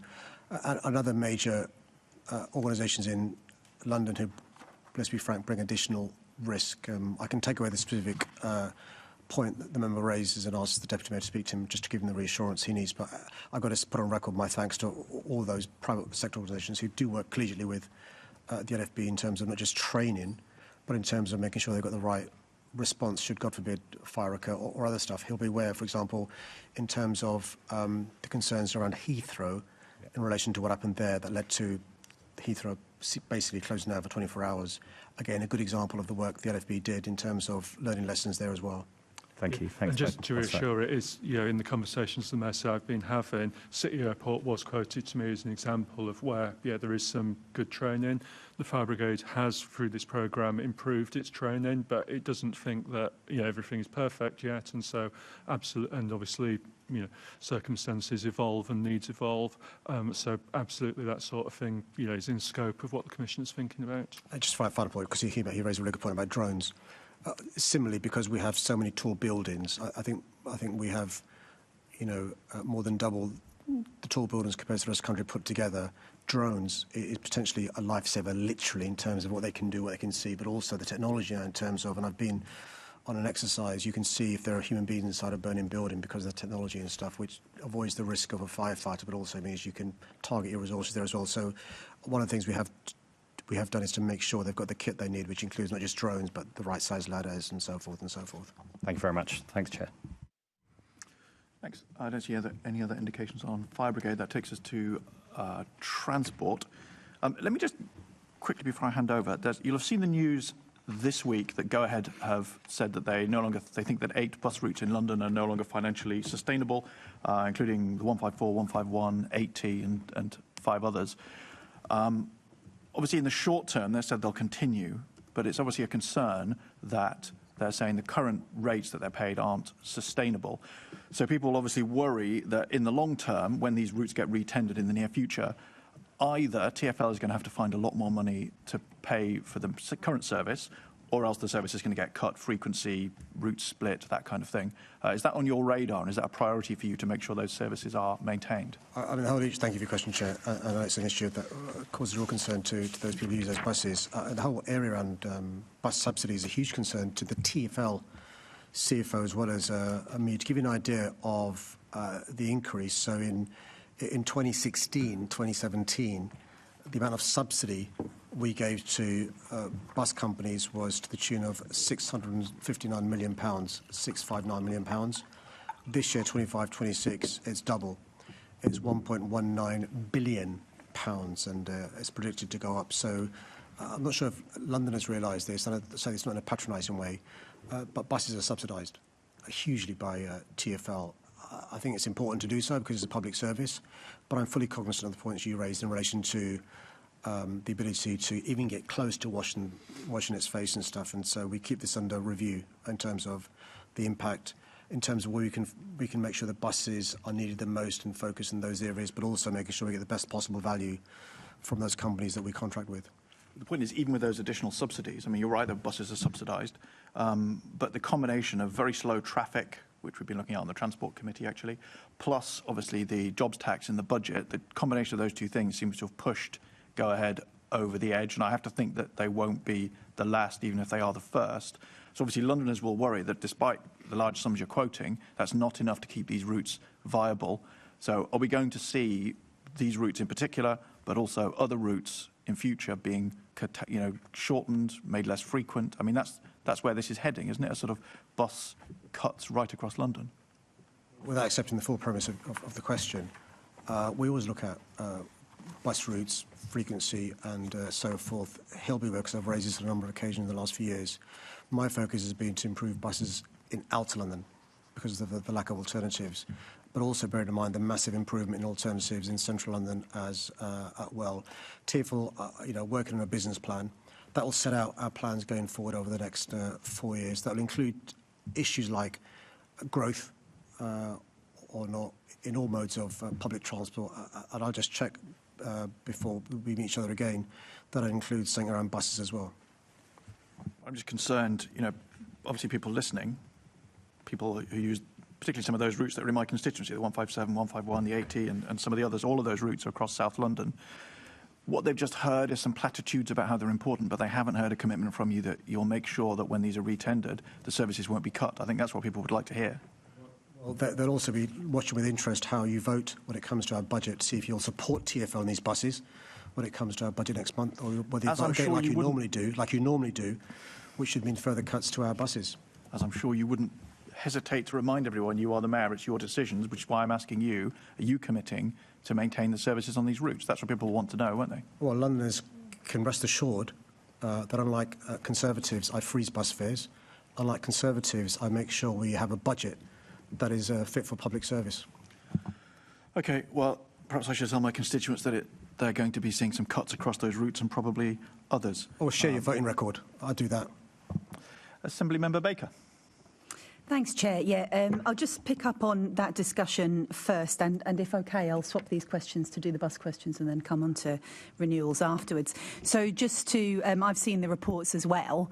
I think it's probably worth saying that the routes come up to retender on a regular basis, and often a number of bus companies do bid for those routes, and I believe that those routes are coming up for retender. So there's obviously possibly a little bit of discussion going on at the moment about exactly how much the bus operators are going to get for that. And we've heard from the Commissioner previously that he wants to spend less on the contracts and hopes that he'll be able to drive down the price of those contracts through various efficiencies that are done with the operators. So I think there's a bit of context in that.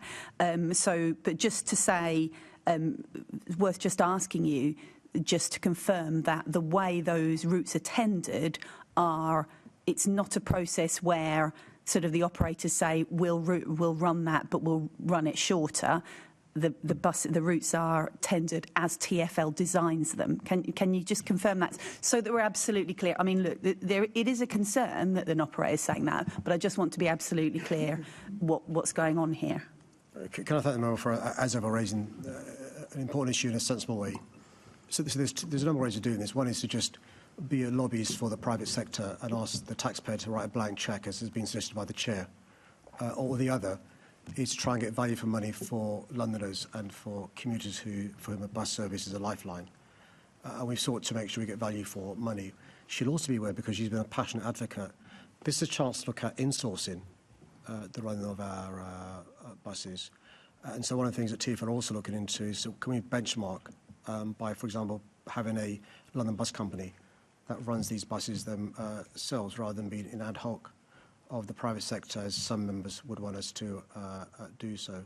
All those things are looked at, but I can't pretend that in terms of Central London, my ambition isn't to try and pivot some of those resources there because of the great alternatives to outer London and in London as well. She'll be aware, because she's spoken to the Commissioner and his team. They're quite assiduous to get maximum bang for their buck. And so they will try and do that. What should give us some confidence, though, is that we've managed to get the Superloop up and running and off the ground this weekend. SL11 began in a part of London that she cares about a lot, out of London from North Greenwich to Abbey Wood, really important.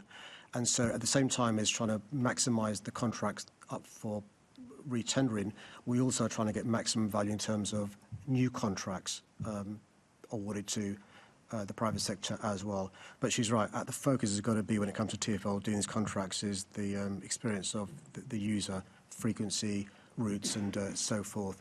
Two things just to say, which I know she's been very keen to keep, is the importance of a freeze on bus fares. It's still £1.75, really important in terms of, analysis TfL have done is, if you raise bus fares by, for example, 5p or 10p, has an impact on usage. And the second thing, which is really important, which has been the game changer for many people in outer London, is the hopper, which means if you do need to change, you can change free if it's within the course of an hour, buses or trams. Thanks. Yeah, and absolutely, it's hugely important that we do all we can to keep buses affordable. Further on buses, talking about ridership, as in the last couple of financial years, TfL's prediction of where bus ridership would get to has been missed. So we had a 4.5% reduction in bus ridership 25-26. What do you see as the main factors that have led to that, and what can be done in the upcoming budget to get us to a growth in ridership in the upcoming year? I'll answer shortly. I'll bring the Chief of Staff who's been in conversations with the CFO of TfL about this issue. The good news is, in relation to London Underground, tubes and rail, the numbers are very, very good. And I'll come to that shortly. The numbers are less good in terms of bus and trams and DLR. I'll come to in a second. But before I bring in the Chief of Staff, it's just worth reminding colleagues that I think what the pandemic did, a number of things. One of the things it definitely did was it just changed the work pattern in London in terms of people who work in the office and people who work at home. I'm afraid I think those changes may now be permanent. Why do I say I'm afraid? In the context of revenues to TfL, in terms of will we ever, in certain modes of travel, return to pre-pandemic levels, particularly when it's so easy now and you can be as productive working from at home. And also the last thing before I bring in David is we have lost 6 years' worth of growth that was predicted before the pandemic that we haven't otherwise got, which has an impact as well. But David's done some work with TfL in terms of the business plan, but also in terms of the impact it has on ridership. So thanks. Can I just really briefly come in, just to say it's interesting what you say about work pattern changes, and obviously, I think we're understanding what that gets to. It may feed into your response, but we're not seeing the same drop in other modes as we are in bus. So something else is going on, and to be honest, we did ask TfL to sort of pony up their data on that last week at the Transport Committee, so not expecting you to be able to answer that, but we have specifically asked them to sort of justify what those long-term changes are in terms of buses. So Sorry, David. I think TfL say that there are about 20 or so different factors they've identified that can impact demand for buses. About 2/3 of those are things that are essentially outside TfL's control. So whether that's economic activity, change in employment mix, home working, as the Mayor mentioned, things like that, and a range of things that TfL cannot do anything about. Then there are obviously things that are in TfL's control. Fares is in the Mayor's control. Alternative services is in TfL's control, and we know that some people will have gone from bus onto, for instance, the Elizabeth line as a consequence of that. And there are also a range of factors that tie into bus speed, bus reliability as well.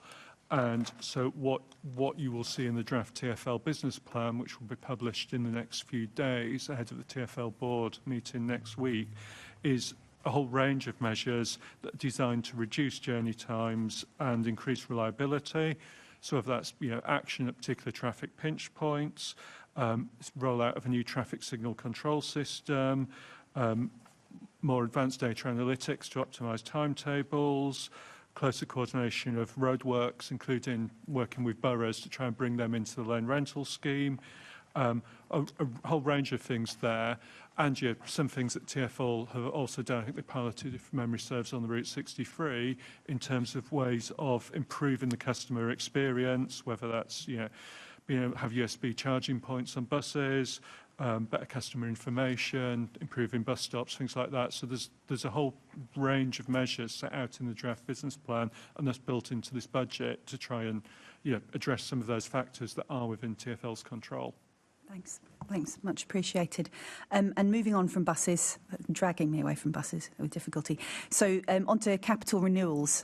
So the budgeted 800 million for capital renewals is less than the amount that TfL has said is needed to maintain a good state of repair, the required state of repair of the assets. So what are the options to address this shortfall and avoid a growing backlog in maintenance? Because, of course, that will also mean higher levels of unexpected spend on maintenance and sort of throws the budget out of whack somewhat. Yeah, great question. I'll bring in David again shortly, but just to remind colleagues, 3 areas of focus: maintenance, renewals, and growth. In fact, renewals is going up, which is really good news. But I think what the member's alluding to is because of the previous legacy of lack of maintenance, the consequence this has as well. I want to reassure her and anybody watching this that TfL are obsessed by safety. So there is still taking place, just to reassure her, the regular inspections and the repairs in relation to the assets. There is obviously renewals taking place towards refurbishment and replacement, but generally speaking, renewals is going up. And also the other big change is we can now bid for pots of money available from the DFT we in the past weren't allowed to because of the previous government's anti-London stance. And the final thing before I bring in David goes to her point about bus contracts as well, is TfL is now making sure that the contractors are far more efficient when it comes to a contract being awarded. So you may, for example, say, hold on a sec, you're only given X pounds for maintenance. I want to reassure her that X pounds delivers far more than it otherwise would. So we can now say, actually, we'll go X minus to get the same contract outcome we wanted for the X pounds. But David, David's been speaking to TfL in relation to in particular the business plan and the concern that members raised around renewals and maintenance. Yeah, thank you. So, I mean, as you say, Mayor, the renewals expenditure is growing from 805 million this year to an average of 860 million a year over the business plan. One of the things to flag, TfL, for transparency with Department for Transport, split out some of their renewals into a separate line called major asset renewals, and you have to bring those together to understand the totality. I did ask the TfL Group Finance Director just to have another look at that presentation when I spoke to him last week, because it's confusing and we don't have that clear number. We are just waiting for the DFT Structures Fund to be announced. We know there's a pot of money there, and we are just waiting for that to open for bids. And so that, given the number of significant road structures we have in the city, that is definitely a source of additional funding to help grow renewal spend. The other thing to say, of course, is that we were successful in getting a long-term capital funding deal, which is obviously for enhancements, but when you're enhancing something, that means you don't need to renew it, and so that helps to bring down the burden there. And the other thing that is going and that we can do, and we're helped by having long-term certainty now for 3 years, 4 years for the capital funding, is TfL can really think about, right, given the block of work we're doing in that period, how can we do it in the most efficient way? How can we get the most value out of the funding that we have? And they have made good progress, I think, in trying to understand the state of their assets, what the priorities really need to be, and really understand, what will have the most positive impact on service performance and customer experience. And so, we're moving in the right direction. It's definitely the case that there's an underlying backlog from the period, both when renewals had to be held down because of the revenue streams from the opening of the Elizabeth line being delayed, and then from the very tight funding situation during the pandemic. So, we're back up in terms of what our renewal spend is, but there is some of that legacy that we need to find a way to get at, and so it's really about getting the very best out of the funding we've got, and also about, as I say, looking for additional funding streams like the DFT Structures Fund. Thanks. Back to you, Chair.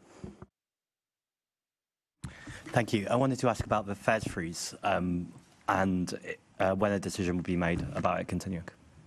That's your question. I may allow Faye or David to come in about timing. So at the moment, I'm able to fund the bus fares freeze and the tram fares freeze until July.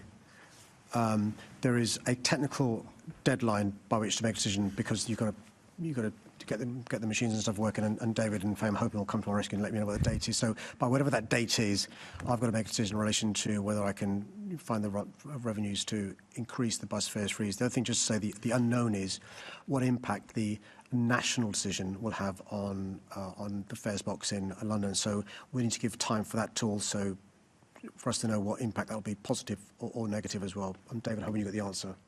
I think the answer is I'm challenging what that date is, because I want to ensure that it's as late as possible. We have to ask the Mayor for a decision, because we want to get the understanding of what the impact is on TfL's finances of the government's freeze. And that's obviously an important piece of information we'd like to take into account.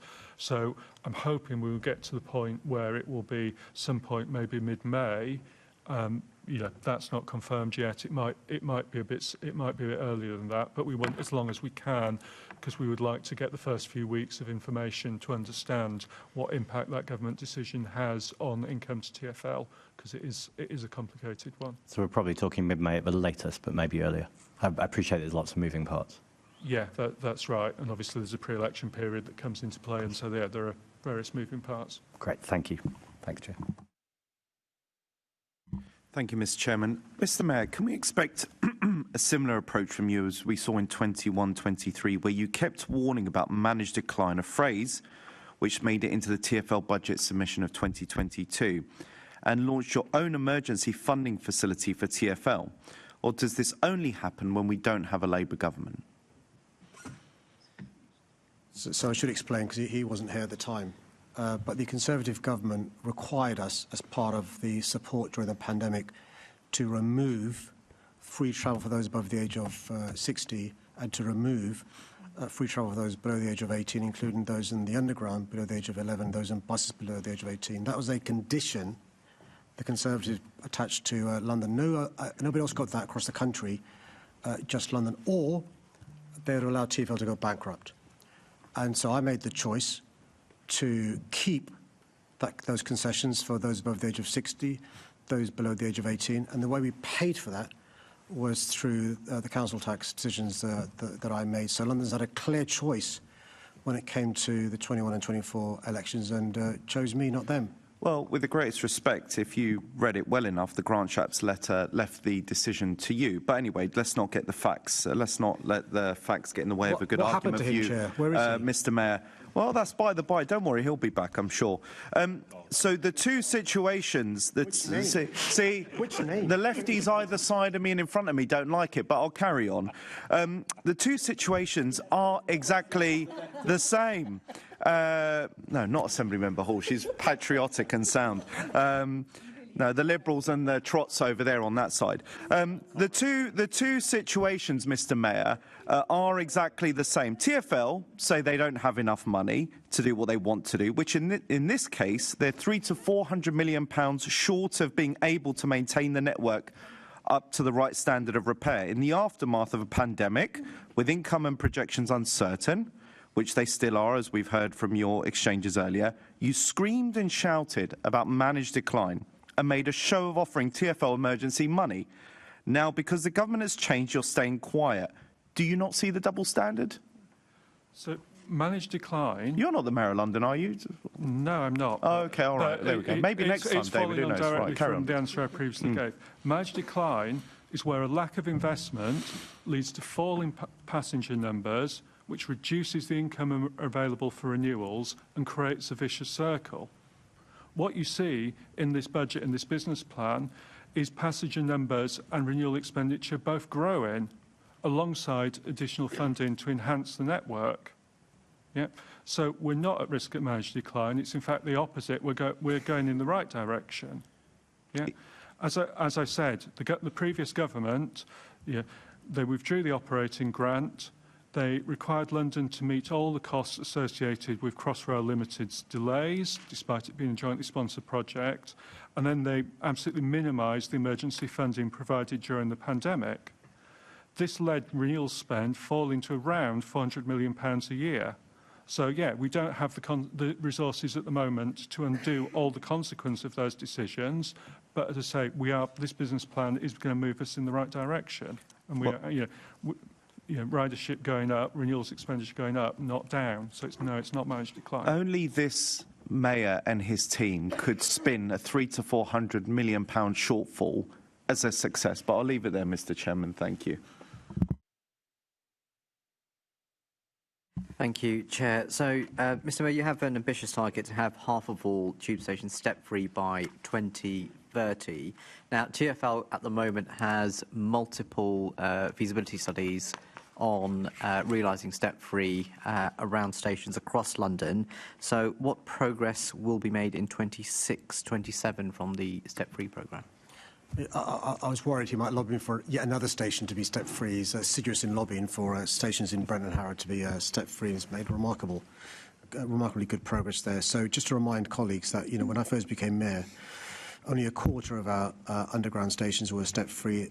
That's gone to a third, and our target is to get half of our London underground stations fully accessible.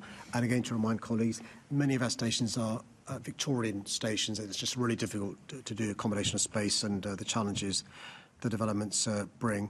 The good news is progress is well underway. The business plan will set out further details in relation to this. In Outer London, in particular, Colindale, Northolt, Leighton, making really good progress. TfL announced a shortlist 2 or 3 months ago of further stations where feasibility studies have been undertaken. Why is that important? Because it'll give us an idea of which stations are, frankly speaking, easier to do, sooner to do. The transport links individual stations have, if you can have a station that serves a number of different lines, that's clearly a bigger win than a station that serves one line. But, the step-free access improvements programme is something we're committed to. We're also, by the way, doing 2 other things which is different to the past. Working really closely with councils to see if there's any help they can give in terms of Section 106, and also developers as well. If there's a development taking place, can they support as well? And those weren't things we've done as well in the past, and so we're keen to think about other revenue streams to get to the outcome of half our underground stations being step-free. By the way, that still leaves another half that aren't, but I think we'll be realistic about what we can afford to do. Thank you. Yeah, I mean, the concern is that obviously there are multiple stations at the moment having their feasibility study, so to have that recognised in budget and spend and actually realising those stations as step-free, I think would be. I mean, can I reassure him that my team, including the Chief of Staff, when we regularly meet the TfL team, this is one of the big issues we've raised, the importance of step-free and being committed to this. It can't be forgotten about as an afterthought. It's going to be built into the business plan going forward, yeah. Thank you. And I will go back to bus ridership because I think one of the, I welcome the news around the Superloop 11, but we are also waiting news on the consultation that ended in October on the Superloop 13, which serves my constituency, Assemblymember Mahfouz's, and also Assemblymember Clark. So you can make a lot of Assembly members on this committee happy by realising that one, and obviously a better part of London as well. But in terms of bus ridership, what impact are you expecting the Superloop service to have, especially with it expanding even further, hopefully this year? Yeah, it goes to a question I sort of was asked earlier on from Assemblymember Baker about bus ridership. So we have noticed people's travel patterns have changed, and we've got to change with that. So traditionally, the route was if you live in outer London, you need links to come into the centre to do your job, and that's where the demand was. That's no longer the case, making a generalisation. So with the Superloop, the idea is to help people get to transport hubs in particular. So just to give one example of the Superloop 11, the reason why I suspect it'll be really successful is not just because it's an express bus route, fewer bus stops, quicker journeys, but because it's going from North Greenwich Jubilee Line to Abbey Wood, Elizabeth Line station, stopping at Woolwich, Thamesmead along the way as well. And that's one of the things I think the TfL are looking into in terms of the responses to the consultation, because not unreasonably people want a Superloop bus stop at their bus stop. Well, that may defeat the object of it being an express route. So getting that right is quite difficult. Hospitals, another place people want to visit frequently. Shopping centres, town centres as well. So TfL are looking at what people's journey patterns are, because we want to make a service that's bespoke to people's needs by and large, rather than doing it as we've always done it. And so doing it as we've always done it, I think it's not sensible. Why? Because we've seen ridership go down, and I think doing it that way won't lead to ridership going up. We've got to try and find new ways of getting people on buses, and that means either changing routes or new routes like Superloop and Bakerloop. Thank you, Chair. Good morning, everybody. It still is morning. My question is going to be to you, Faye, if that's okay. So, going to one of my favourite subjects, the climate budget, and in particular, the balance between the 2030 and 2050 target. It's a question that I've tried to ask in various different formats and different ways and different meetings, and struggling to get a very clear answer. What I'm interested to know is, as a consequence of the political choice to go for 2030 net zero rather than 2050. Don't want to get into debate about that at the moment, but recognising that's a political choice, what are the financial implications of doing that? How much, and the reason I raise it at this point in the meeting is because obviously the bulk of that is TfL related, but how much of the £1 billion in the consolidated climate budget that's TfL related, how much of that is incremental as a direct result of going for 2030 rather than 2050? Apologies, I actually haven't got that information to hand. It's not a question I prepared. Some sort of apologies that I can't immediately answer. I didn't want to make something up. I wasn't sure. I'm not sure if David or anyone else has got any more advice on that. But it's not something I would answer. I'm really sorry. It never seems to be an answer that's to hand. Every time I've asked it, I've asked it in different ways, different formats, different meetings. I just did it. Apologies. Yeah. But it's something that I'm very, very keen to get to the bottom of. Is that something that can be looked at and provided in writing if it's not something you've got to hand right now? I'm certainly happy to come back to you. Thank you. Thank you. Transport, so we move on to our final section, consultation responses.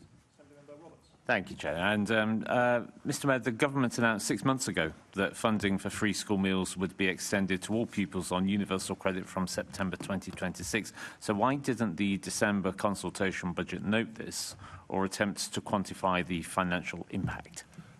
So hello. The thing to say about the consultation budget Excuse me, David. Is that it was David, hello. I do apologise, but we do kick off with the question, with the instruction of Mr. Mayor, and it's well, this is the Mayor's budget. I'm always happy to answer Senator Roberts' questions. There's a number of processes to go through before we get to the final budget stage, and I think, as you've heard from the CF earlier on, we like certainty when it comes to the budget. A number of unknowns, notwithstanding the fantastic announcement from this fantastic government about extending free school meals to all those children whose families receive universal credit. Examples of unknowns is how many people will be on universal credits for the academic years 26-27, unknown. We'll get that figure in April. The other unknown clearly is the state of the business rates reserves, the uncertainties there are there, and that I rely upon what the CFO says in terms of the need to be prudent. Bear in mind we've got a AA credit rating. And the third thing we didn't know at the time, we know now, is this commencement date from the government support for those families receiving universal credit, and that's going to be September 26 to 27. So those are the sort of things that will be looked into when it comes to the final budget. One of the things that that will affect my judgment in terms of what we do in terms of any savings is the advice from the CFO in terms of what is prudent. Bear in mind the various unknowns you talked about in answer to the Chair's question. Indeed, thank you.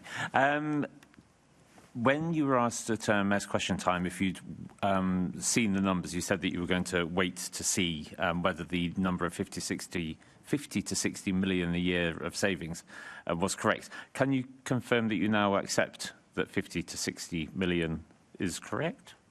I can't give that answer with confidence in terms of what is the correct figure for the savings from the government's fantastic announcement to give all those children on universal credit in primary schools a free school meal. Oh, no, I mean, I appreciate that you want to keep making the point about the fantastic stuff, but, you know, you're talking to somebody who was from the party that introduced free school meals in the first place through universality during coalition. They're also the co-authors of austerity. I mean, only half of the story's been told in terms of where the blame lies for austerity. You can have one thing or the other. You can say everything's terrible, or there are some good bits. As we said earlier, we like to take a middle path. So does he accept there were lots of horrible bits in the coalition government? Can I just be clear about this? Well, it depends whether you like triple up for pensioners, whether you like people having their tax rate threshold lifted, whether you like same-sex marriage, whether you like free school meals, whether you like pupil premium, whether you like all sorts of things. And also, we can also remember that austerity was started by Alistair Darling, if you recall, which I understand that you were part of the government at the time. But there we are. Oh, dear. I know. Oh, dear. Oh, dear. At least we're having fun towards the end of the meeting. It's not all about buses. Can I ask... Can I ask whether you've been able to discuss with the Chief Financial Officer how the money might be deployed, not will be deployed, but might be deployed if the situation regarding business rates is not as difficult as you I should just clarify, because I don't want to get the CFO in trouble. She doesn't decide where the money's spent. She advises me how much money I've got to spend. Then I, as the Mayor, as you reminded my Chief of Staff, decide how the money is spent. Because I'm not sure yet how much the CFO will advise me that is prudent and not to keep in reserves. I've not made that decision. Okay. And just thinking about how the money might be spent and how your decision might go, the government has announced that councils will lose the Household Support Fund in coming months from April, and it's going to be replaced by the Crisis and Resilience Fund, which explicitly doesn't allow for blanket support of free school meals during holidays. Do you think that there may be an argument for using the money which is saved to ensure that those families from the poorest backgrounds receive free school meals through a London-wide initiative rather than through individual councils? Well, he'll be aware, by the way, can I thank the councils that work with us in terms of holiday hunger, that we've been supporting schemes that help children during holidays, Christmas, Easter and summer, working with great organisations, some funded by councils, others not. For example, Felix. And I can mention the Mayor's Fund as well, which does some great work around this. And so, of course, Londoners know my commitment towards supporting these children, particularly when school's not around. And in due course, we'll be announcing what happens in 26-27 going forward. Okay, thank you. Thank you, Chair. Thank you, Mr. Mayor.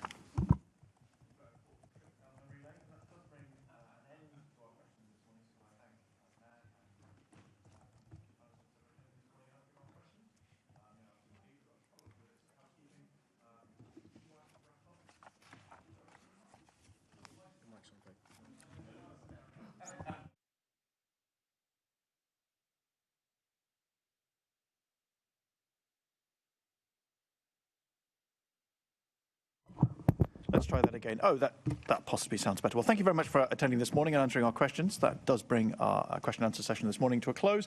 A couple of quick bits of housekeeping before we can wrap up. Can I ask the committee to note the report and the discussion? And also delegate authority to me as chairman in consultation with party group lead members to agree any output arising from the meeting. Payments over £250. Can I ask the committee to note the report? Work programme. Can we note the committee's work programme and meeting dates? The next meeting of the committee is scheduled for the 25th of February, 2 p.m. in the chamber here at City Hall. I have no urgent business today, so that concludes today's meeting. Thanks, everyone.